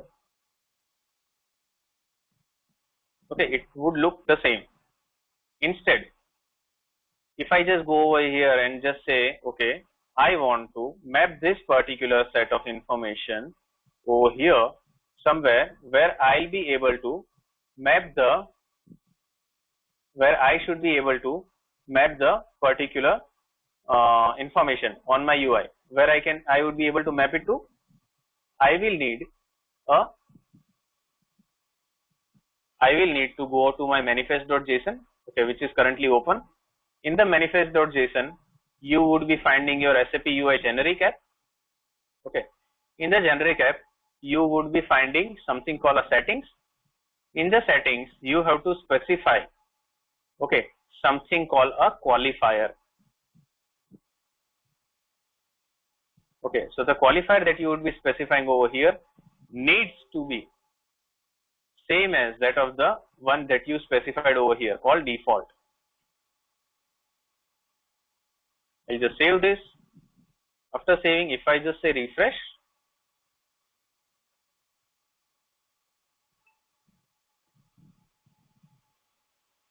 here you would be getting the information. As you can see, it says, okay, for 0001, the net value of business that was done was 29,600. If I just say over here, the net value was 63,700 likewise. Okay. If I want to, let's say, filter down something, let's just say I want to get only the one for which were done using ZZ. I can directly click over here, or you can also click on the chart. So if I just click on this chart, you would be getting that this particular section, okay, sorry. Here if you see, you have two buttons. It shows all the item, it shows only the filtered item. So if you just click on this, it would just show the filtered item, which is ZZ. If you also want to add this to this, let's say R100, if you just click on this, it would add up all the rows which are related to that one as well. It says R100, at the same time ZZ. So this all the information would be filtered out automatically. Okay, this becomes filtering of a data. Okay, now you want to deselect this, you can directly deselect that as well. Now, this is my tabular data. So there is an option of auto expand. Automatically you can expand the data and you would be able to find it in a separate window. For this, you do not need to do anything. It's ultimately Fiori element framework which should take care of it. Okay. Next, after having this, let's just say you don't want the information just based on a cell sort. You want something else as well. So you can directly go into your setting and say for the cell sort, okay, for the, let's just say, series of months and year, give me the segregation of the data. So I can say okay. Here you will be finding for 0001, okay, for the 0001 Jan 2020, what was the business that was done for this, likewise. Here you will be finding, okay, for the cell sort, for the particular month and year, what was the business that was done. You could also change this from the, let's say, series to category. So it would categorize your business. Okay. If you just say, I want each and every, I just want the cell sort based information over here, just for the category in a matter of category. So you would be getting that these are the net values specified for this. And if you want to drill down this information again based on, let's say, plant, you would also be able to cell sort by plant that for a cell sort R10 and a plant R10, these are the output that you would be getting. Same for cell sort Z010 and TM01, this is a net value that was ultimately gained by your company. Tomorrow going forward, let's just say you don't want to look for this chart. Instead you want to also go with another kind of chart. Let's say you want to convert it to, let's say, some sort of pie chart. When you just say pie chart, this chart would automatically get converted into pie chart. Okay. Now let's just say you have an option saying, okay, you only want to go with the chart view or the table view, or we can say chart and a table view. So you can say, okay, I just want to go with the chart view. You can just click and your chart would become the main screen over here. Instead, if you just say table view, you would only be getting table. Okay. And if you say both, then both of them would be visible over here. And if you also want to have this in an expanded manner, you would get this information on an expanded manner. For this, you do not need to do any sort of changes. And you can also get this chart change anytime, anywhere. Okay, so if you see in the expanded manner, you will be finding, okay, these for 0101, these are my ultimately plant, and another one is my cell sort. Based on that, this information has automatically been presented, and you would be able to get a drill down out of anywhere. If you want to just come out of your drill down, let's say you have done a 3 level of drill down, and you want to filter it out again and go back to the original screen, you would directly click on the leftmost side and you would be getting the initial representation that was there already. Okay. So this is how the series and category would ultimately determine what would be your output behavior.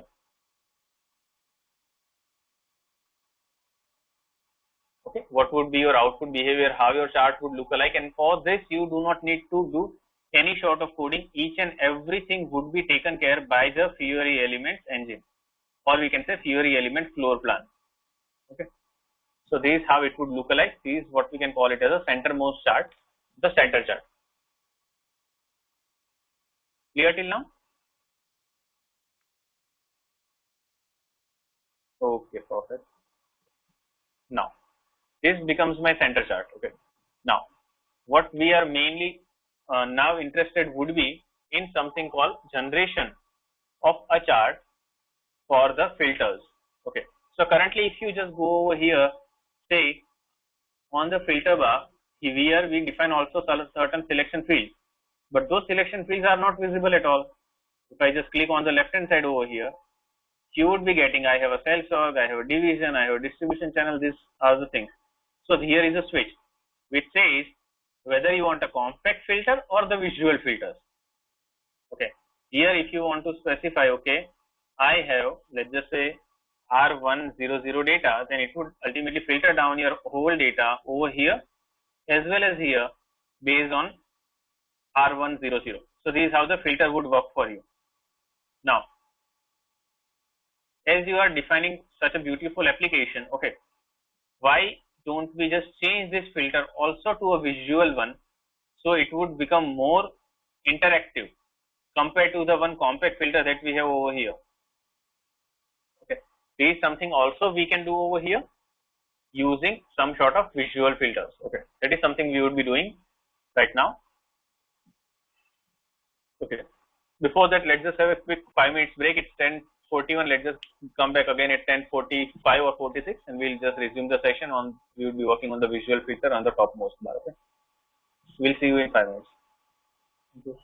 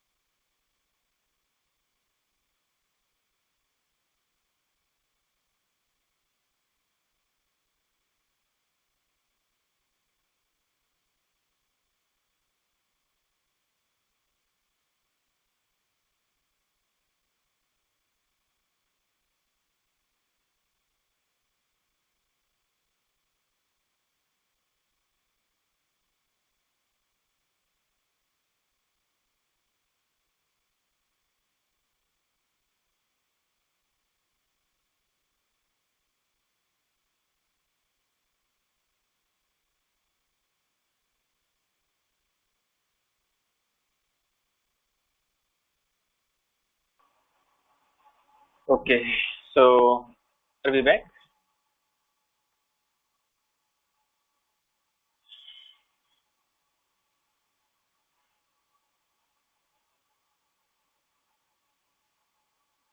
Mhm. Okay, so yes, let's just get started with something called a visual filters. Okay, so before the break, what we just achieved over here is an analytical list page application with a bottom of section. At the same time, we also achieved, let's just say, how my data can be filtered, automatically summed up, and presented beautifully over here. Now, what we want to also achieve is the filters from the topmost chart. Okay, also call it as a visual filters. So, whenever I want to achieve a visual filter, what the visual would be looking like for me? Visual would also be looking like as a chart for me, right? So, those charts, if I can generate, okay, out of my particular data, then of course I can bind it as a filter, and those ultimately charts we would be using as a filters, and my user would be able to interact with it and would be able to filter down my data. Okay, so for that, let's just consider very first component that we would be going with a chart. Okay, so what component we would be using as a chart? Let's say, for example, let's just go with some sort of month and year, for example, that I want a month and year based information, saying, let's say, if I just go over here, I just remove this cell over here and just say, okay, this month and year which I am finding over here, let me just show it as a series,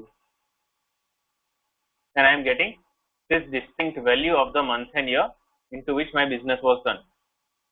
I want this also to be shown over here as a chart, a visual filter.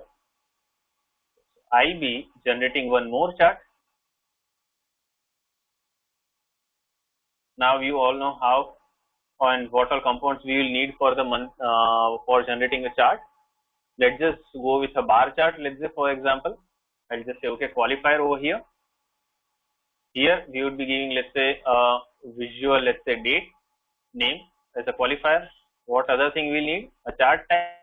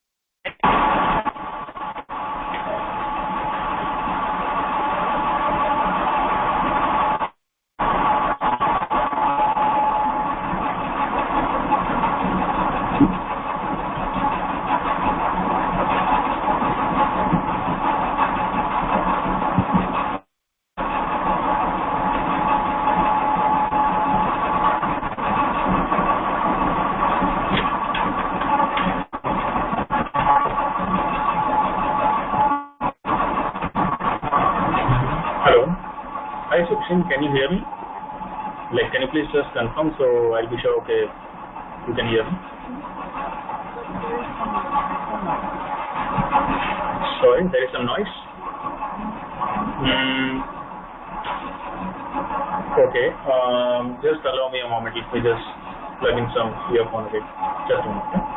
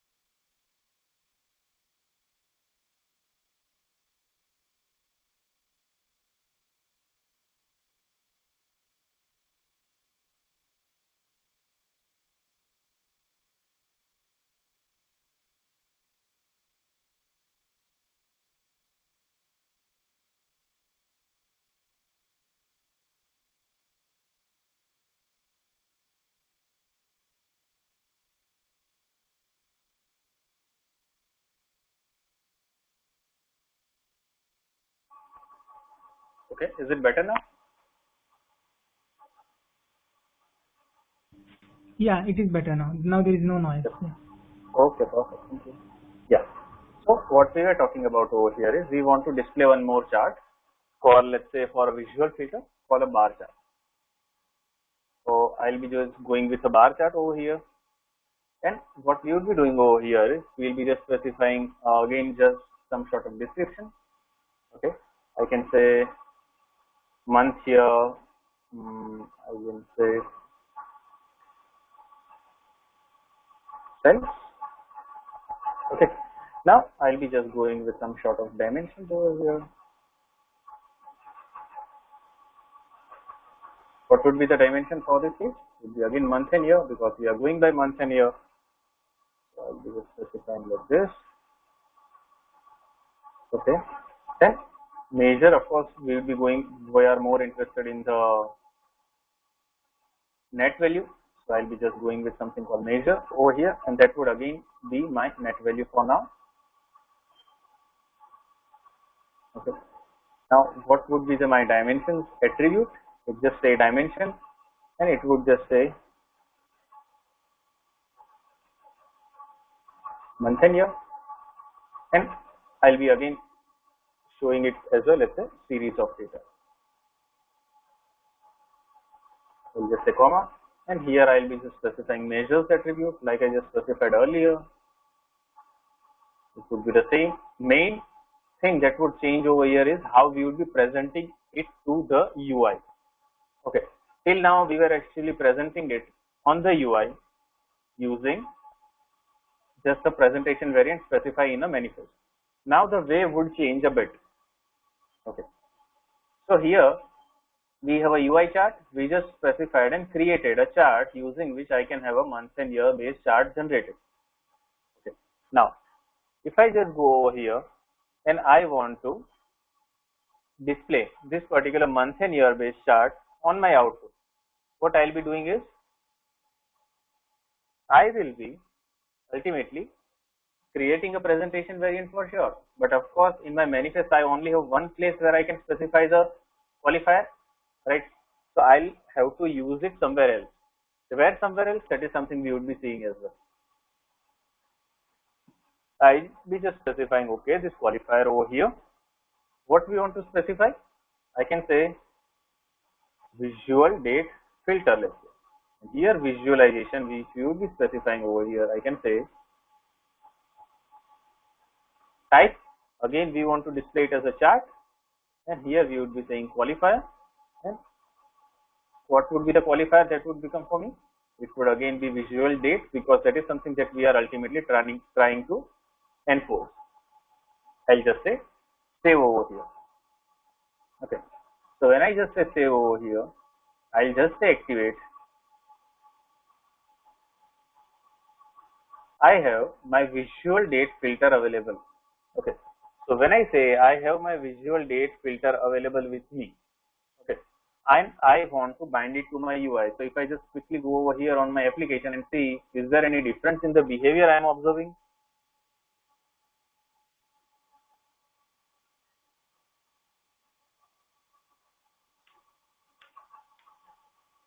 No.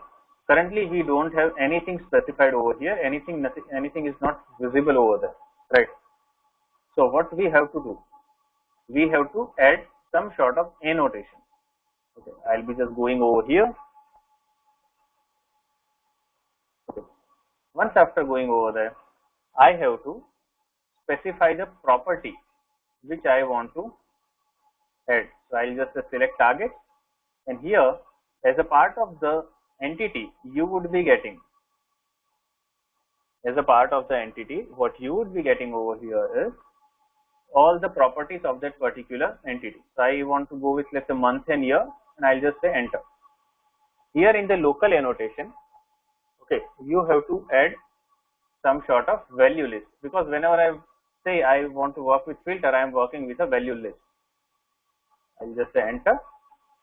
Here it's asking for one thing called selection path. I mean, from where it would get all the possible values. So I'll just say, okay, for possible values, you can refer to my actual entity. So I'll just say click over here, and what is my actual entity? It just says sales analysis set. So I'll just pass it over here. Okay. Then what I again need? I again need one more thing in the value set. If I just click here, you will be finding presentation variant qualifier. Now here, if you see what I just specified, a presentation variant and it has a qualifier. So this is something the system is actually asking for, the presentation variant and the qualifier. So I'll just say visual date filter, this is the qualifier. I'll just say enter over here and just say save. And if I just say refresh over here, here I have some issue with the local web ID. So initially you won't be finding some sort of proper graphics visible. So here there are actually bar, but you won't be able to find it just because of some graphics issue. I'll just show you in an alternative way. Okay. So whenever you have an issue with such a local web ID using which you are not able to load certain graphics, in the actual deployed version, you would be able to find anything and everything. Okay.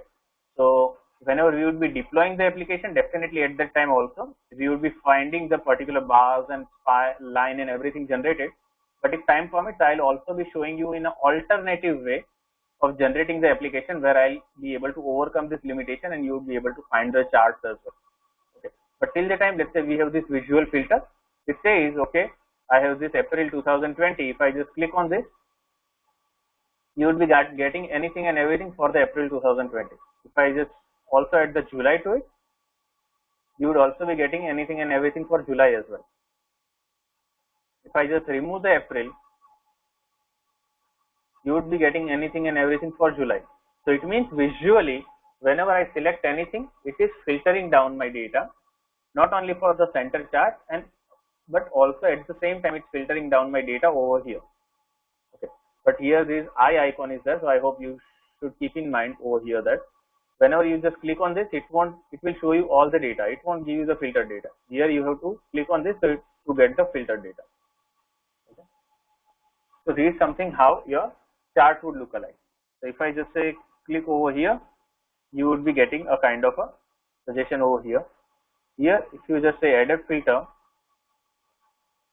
you would be getting that when I click on over here, you would be getting the possible charts you can iterate upon. So this is my ultimately bar chart, this is my donut chart, and this is my line chart. So in a visual filter, these are the three charts that you can work upon and which are possible. Okay. Now, if I just say close, and if I try to add few more charts over here, let's just say I added that for one information. That one information I just stopped is called a month and year. Okay. Now let's just say I want to enhance my example with few more. Let's just say I have few more information also available with me, saying I have a division, I have a distribution channel. Okay, and I want to also have the charts prepared for those as well. So what I'll be doing over here, I'll be just saying, okay, I'll be just copying each and everything from here.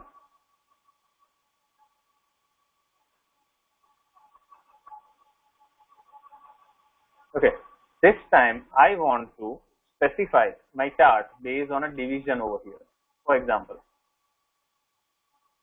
Okay, and here I want to specify, let's say, a donut chart. Okay, here I can say division wise cell.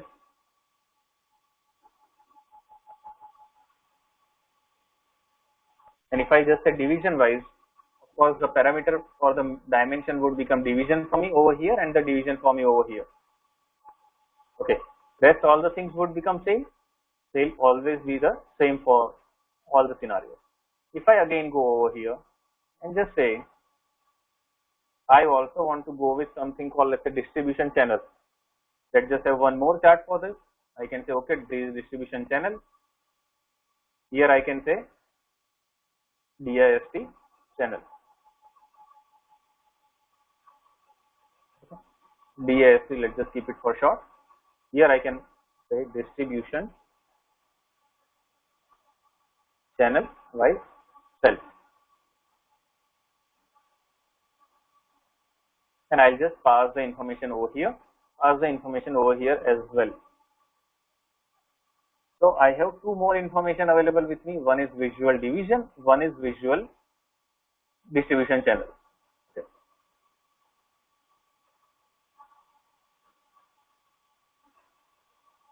It's taking some time, just allow me a moment.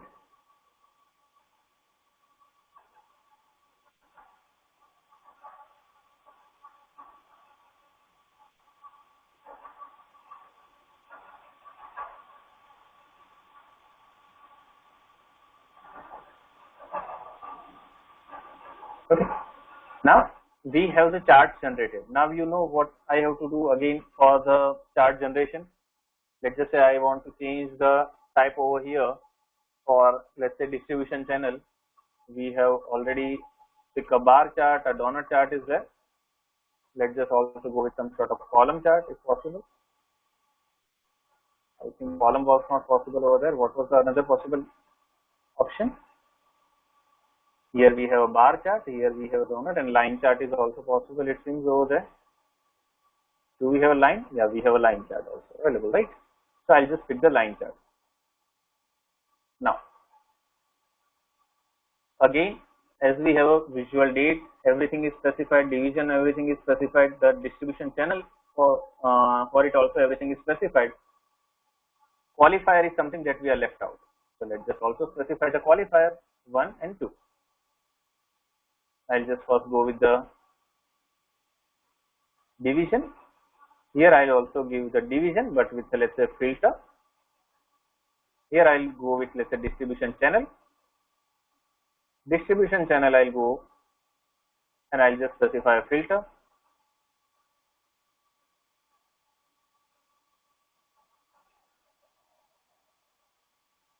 Okay, now let me just activate this.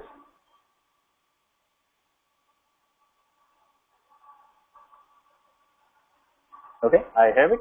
Now, next thing, if I just say cancel over here, and if I just go over here, I want to add few more information to my filters.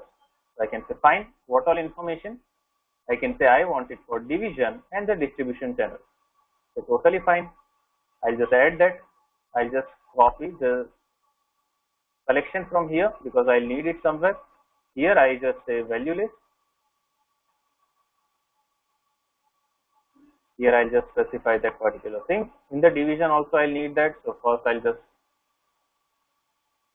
complete that part, then we would be going with another one. Here now we'll need the presentation variant qualifier for the distribution channel. Where I can add that from? From value list.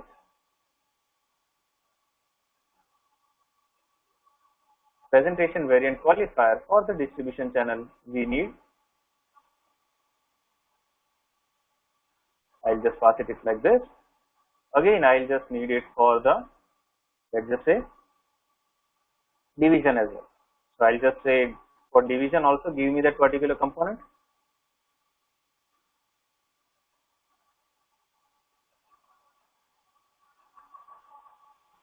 Right, I'll just pass it on over here and just a save. Okay, so I have it available for all three of them. For division it is division, for distribution channel it is distribution channel. I'll just say refresh.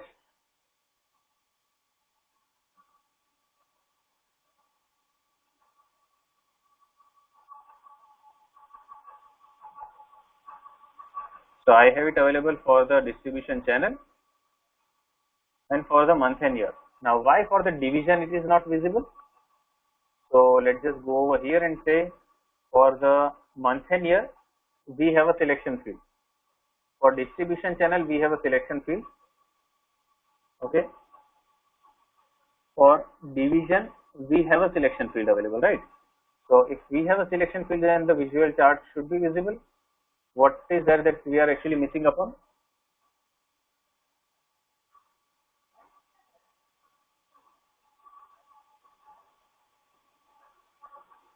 It's a distribution channel, document and year. Okay, let's just see over here. We have a visual division. What we are missing upon? It's just a distribution channel. Division has some issue. Visual division, yeah, it should be visual division. We specified the wrong component over here, right? It should be a presentation variant. The presentation variant is not this, it's this one, right? Presentation variant qualifier, it's a visual division filter. I'll just say save. So it is just saved. If I just again go back over here saying refresh my particular component,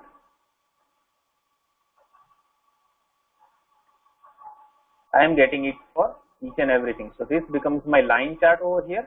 Of course, I'll be showing the line in one deployed version as for sure.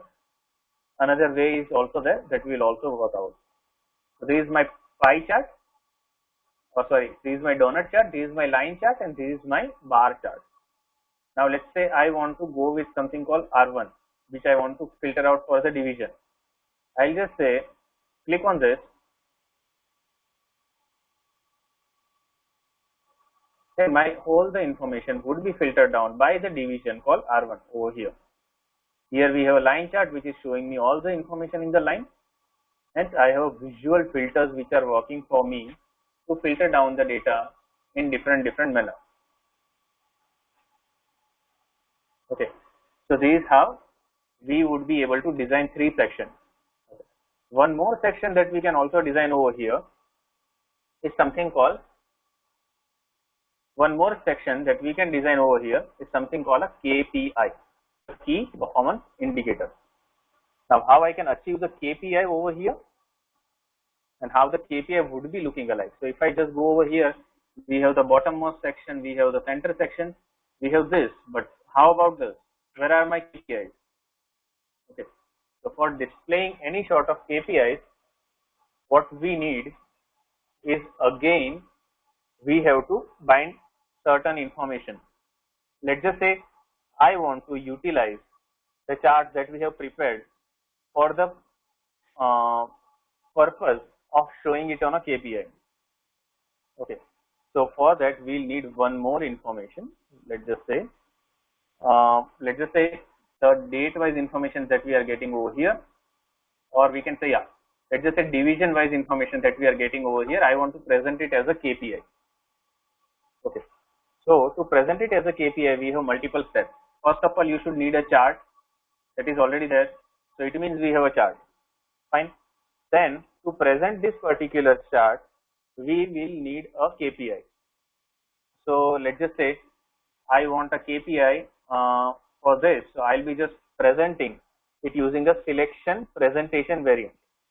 Okay. So first of all, let's just say I will go with presentation variant, that is something we already have. I'll just say again a UI dot, I'll be just specifying a selection variant. We have a selection variant as well.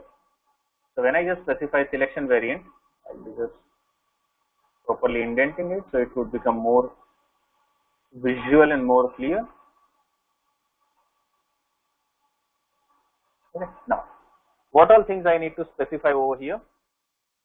You have to specify, okay, a qualifier. You will need a qualifier over here. Yeah, I'll need a qualifier. I'll just give the name it to KPI for, let's say, order division, because I want to show it for the division, and I'll just show some text saying okay. Its text would be, let's say, KPI by division.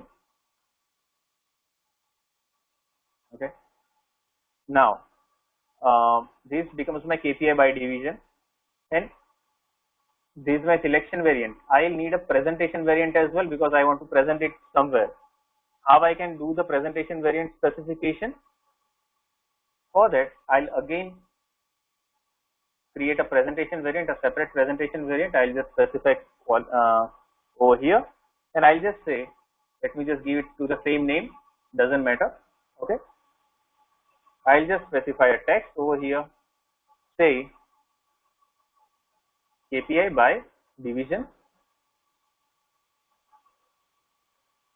Okay, Next thing I want to specify over here is again the visualization that we already know. How I want to present this particular visualization. So I want it to be presented in multiple ways. Like currently we were only displaying it as a chart, but no. Here I want to go over and above it, and I also want to present it as a chart, saying okay, type over here as a chart. Okay, and the qualifier I'm using over here is something, let's say this is the one, visual division. So this qualifier would be of that of the chart. Okay, on top of it, I want to show one more thing. What I want to show? I want to show some important information as a data point. And what would be the qualifier for it? So the qualifier for it would be the actual column that you want to display over there. So what you want to display whenever I am displaying the KPI, I want to, let's say, display the division net value. Okay, what is the net value that has been generated? That is something I want to show as a KPI. Okay, so I have over here a qualifier generated for presentation variant, qualifier generated for selection variant. Now I will be going over here saying I will need a selection presentation variant. So I have a selection variant, I have a presentation variant. I'll be combining both of them in something called a selection presentation variant. And these two things would be combined into one, and it would have a unique qualifier. So I'll be just again saying qualifier over here, and I'll be just giving it a same name over here. And here I'll just say, okay, my presentation variant qualifier's name is this, and my selection variant qualifier name is this. So this becomes my preparation to generate the KPI. The naming convention I have specified like this because I want to ensure that by looking at the code we should be clear that it's for the KPI, but it can be anything. Okay, now here we have three things. First of all, a chart needs to be there, so I am using, or we can say I am reusing the same chart. In the presentation variant you will need a qualifier, in the selection you will need one, and you will be combining both of them in the selection presentation variant qualifier. I'll just say activate this one. Okay, once we have this, we need to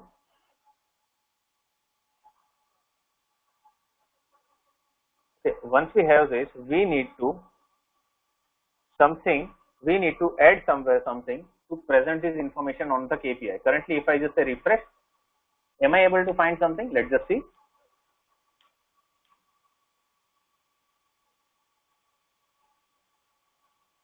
No, I am not able to find anything over here. Okay, it just contains the value from a cache, so it has the filter, so it's just showing me the limited information. I just removed those filters, but it's not showing me the KPI over here as it's showing it over here, right? What I want to go over here is I'll just go in my application and I'll just set something for KPI.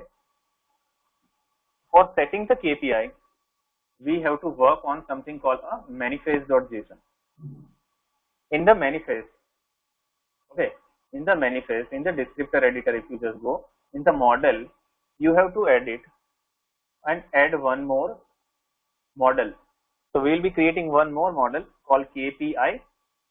Okay, and here we have to add one more model called select the data source, and you would be directly selecting it from as a main service. So this main service would be the data source for you. Okay, so I'll be just clicking at OK. Now, if you just search for the KPI, what is just generated? Of course, you would be knowing it just generated a model. So here we have a model section, and it just generated certain KPI. So this is my KPI. Correct? I'll just say save.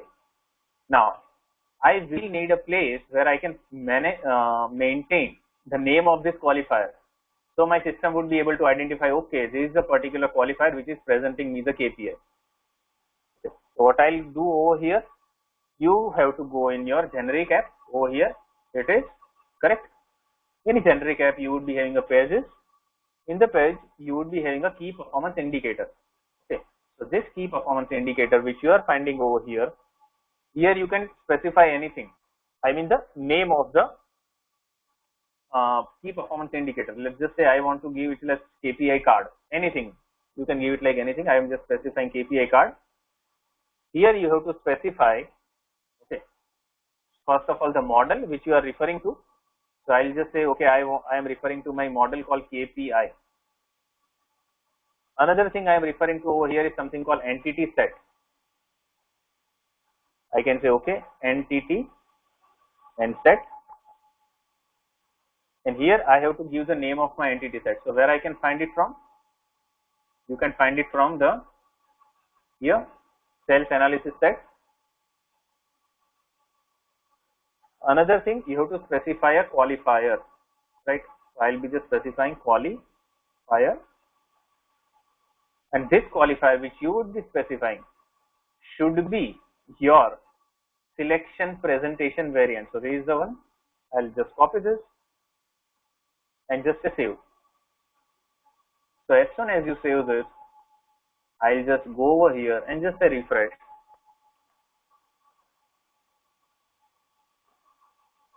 And here if you see, your KPI is getting generated. Initially it might take some time.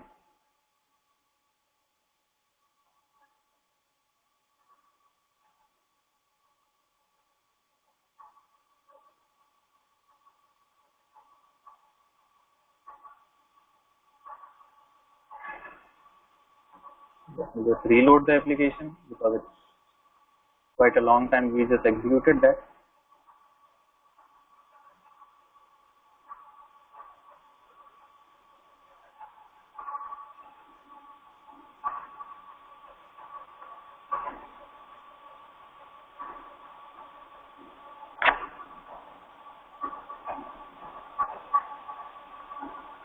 There is a server issue, that's why it's taking some time. Just allow it some moment.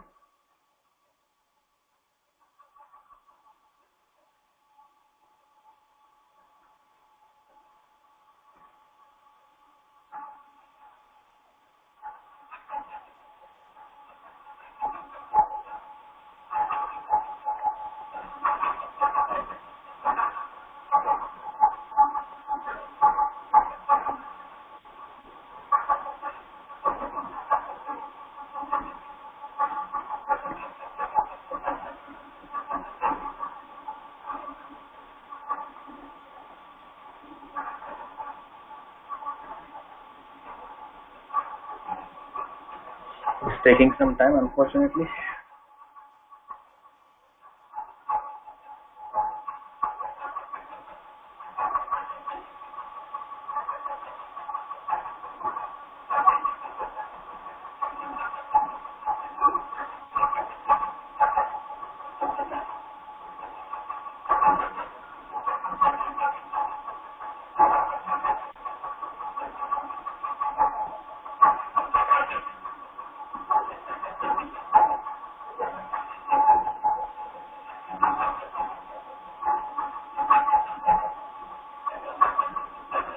Here in the models, we have this KPI, the same KPI we have used, I hope.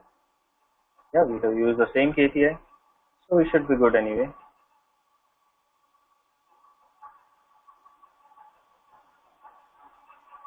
Yeah, I don't think we have missed anything.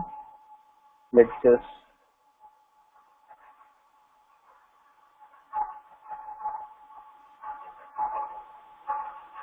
that's the only thing we have to create anyway. I'll just open this again.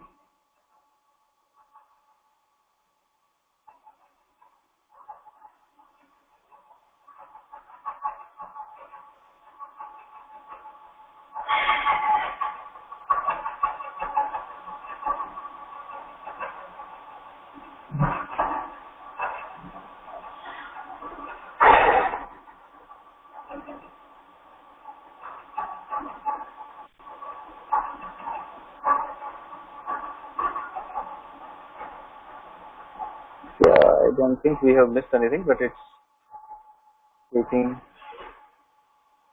maybe due to the local web ID issue, it's hampering the loading. Okay, let's just go by another way. So this is how we can have a KPI as well. Now we'll be extending it in a different way. Okay, the way which I was actually talking about this while, that we have this chart which are not visible clearly, but we can have it visible clearly by some another tool. Okay, because it's a local web ID issue, so of course we can't get rid of it 100%, but I can say if I have a Visual Studio Code, then Visual Studio Code these days is also allowing us for some sort of just presentation. So if I just say close this, this is of course not part of the syllabus that we discussed, but I just want to give you something over and at once, so it would ultimately help you as well. If I just go by saying command palette, here you would be finding open application generator. It would open certain application generator. Yeah, so you would be finding application generator. Like we generate application from templates, same in the VS Code as well, you would be finding certain templates.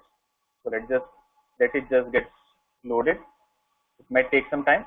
Yeah, it's just getting loaded, right? So it just say analytical list page. So I'll just say next.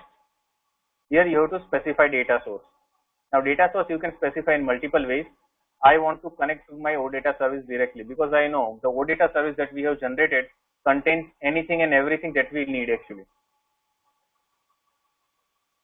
right? And that would be the advantage of having anything and everything specified as a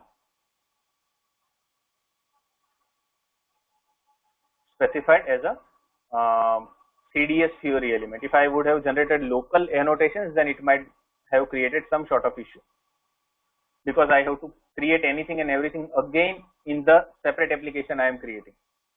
Here it won't be required. Actually system is very slow, that's why it's not allowing us to load anything, but yeah, nevertheless.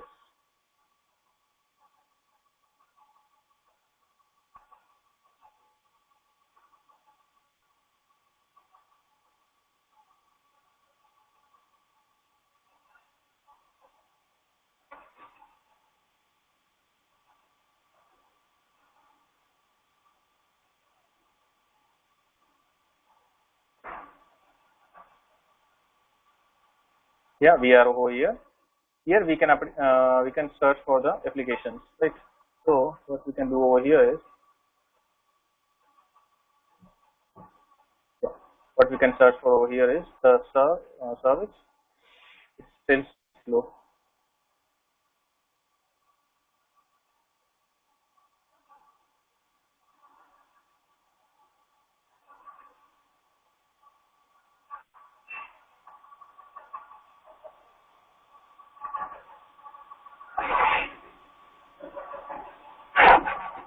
Just bear with me for a minute.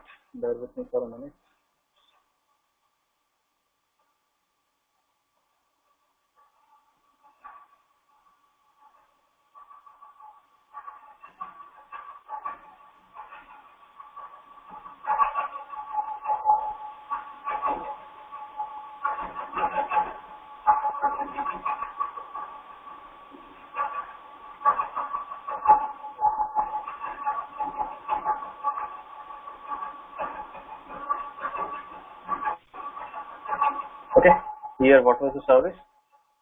This is a service that we use. Here we can say call in browser, and we can copy the name of the service over here directly. This is a whole URL, right? I just copy, and you will go in the VS Code. I'll just say okay. Here it would ask for the login user. I'll just say login,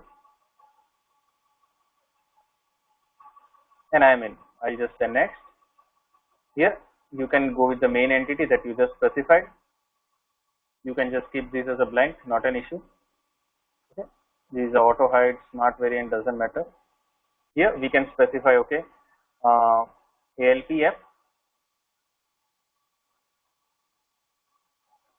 Okay.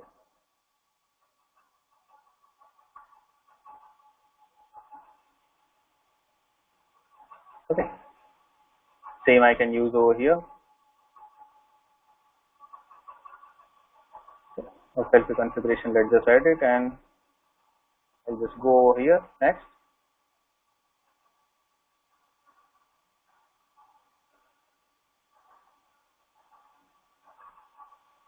Okay, let's just forget about that configuration. Just ask them to not set it. No. Just say finish. It would ultimately generate an app for you. Okay. The same application, the same skeleton that we were using till now, the same would get generated over here.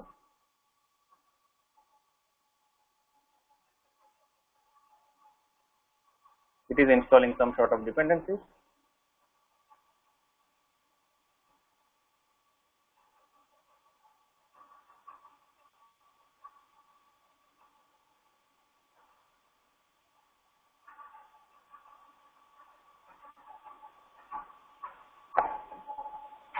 I think it should not take more than 1 minute. Okay, it will just take a minute, and maybe we should be in a good position.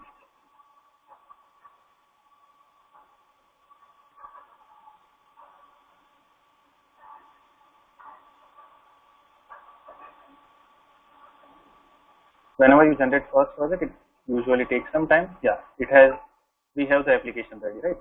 I'll just say right click, and you can say preview application. So it will start the application for you.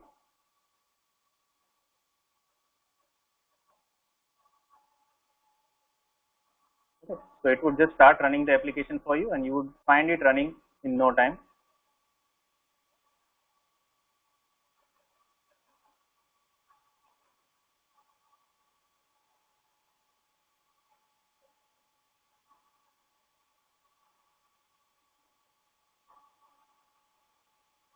Okay. So you would be prompted for the user ID and password.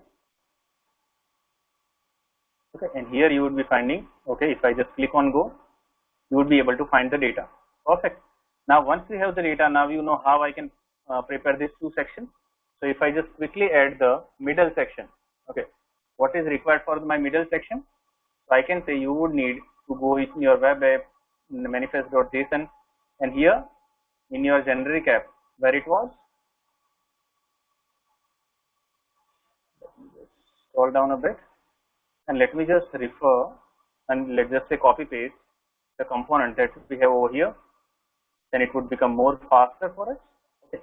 So I'll just go over here and just say in the unified page, and in the page you would be finding in the component setting, you would need to specify a qualifier. So I'll just specify a qualifier over here. Okay. In the settings over here, you have to specify the page component. In the settings, you have to specify qualifier. Currently you are finding it as a blank. I'll just say paste it over here, just say save, and it would just reload the application. So if you just go again on your browser, you would be finding that your application, just click on a go, and your application has now a chart also available with us. So it just keep on auto reloading for you. Okay. Now we have this. Now what we want is also the annotation for the visual filter. So what I can do, I can just go in my annotation. Now unfortunately, here we don't have a wizard. Here we have a XML based annotation, right? So what I can do over here is I can directly just go and just go in my web ID, just open the annotation, and the annotation you would be finding in the code editor whatever annotation that you just added. Okay. And here what you would be finding is within the schema, whatever is there, you can just directly copy it. Okay. I'll just say copy this and just go over here within the schema, just paste it over here, and once you save it, what you would be finding over here is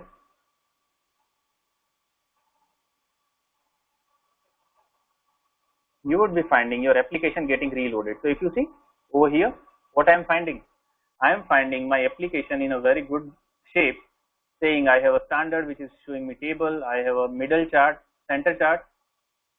Over here I have all the information presented as a visual filter. So if I just click on R1, or we can say let's say 00, let's just say R1 over here.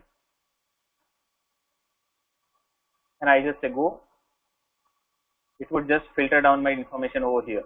Okay, and over here, let's say distribution channel, again you want to search for R1, so it would just filter down the data for you also for the R1.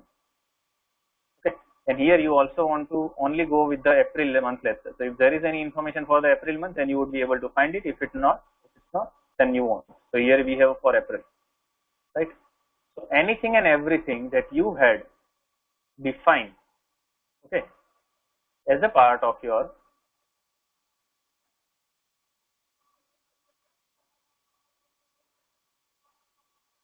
the system is taking some time because it's a local, so sometimes it just comes. Just a moment.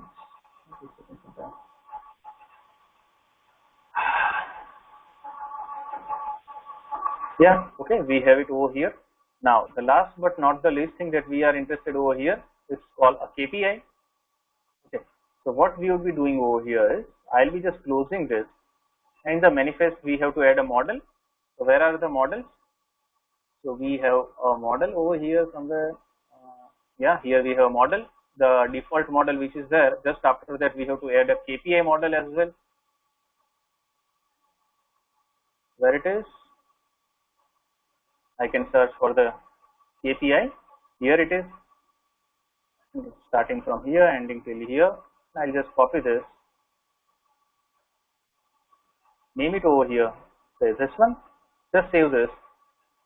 So it would create a model. Once we have added the model, we also can add the KPI chart. Okay, and here in the key performance indicator, all you need to add is a component.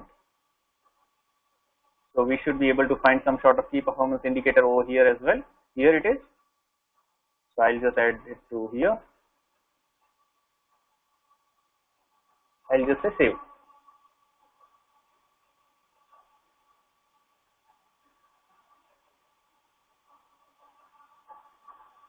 I'll just say go.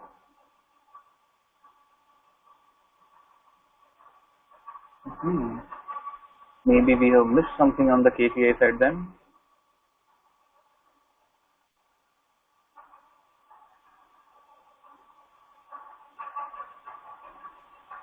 What is that? Let's just see over here.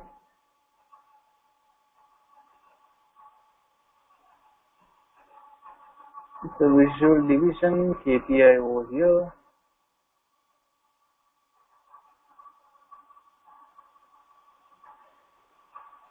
Qualifier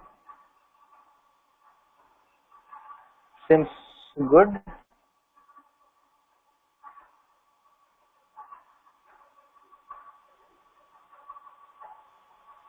I don't think we have missed anything, but yeah, let me just see. Okay, but yeah, that's how what we have missed. I'll just check and maybe we'll just correct it in the upcoming session. Not an issue. It's just a minor thing that we might have missed upon. But this is how we can have the application loaded correctly, and we can have all the 3 sections generated just by using the CDS Fiori element applications. Because when we have specified anything and everything using CDS Fiori elements, then at the same time, if you want to switch the we can say development tool, like I just switched from the local web IDE to the Visual Studio Code, all I have to do is just follow the certain steps. Rest all the UI designing would be there as it was earlier. Okay, so you do not need to rewrite each and everything again and again if you are going by the CDS Fiori elements annotation. Okay, clear till now? On the KPI, why it is not visible, I'll just check that and we'll just convey to you tomorrow. Okay, and maybe we'll just proceed with then OVP as well. But are we all clear till now? Okay. Any questions? You can speak up anytime.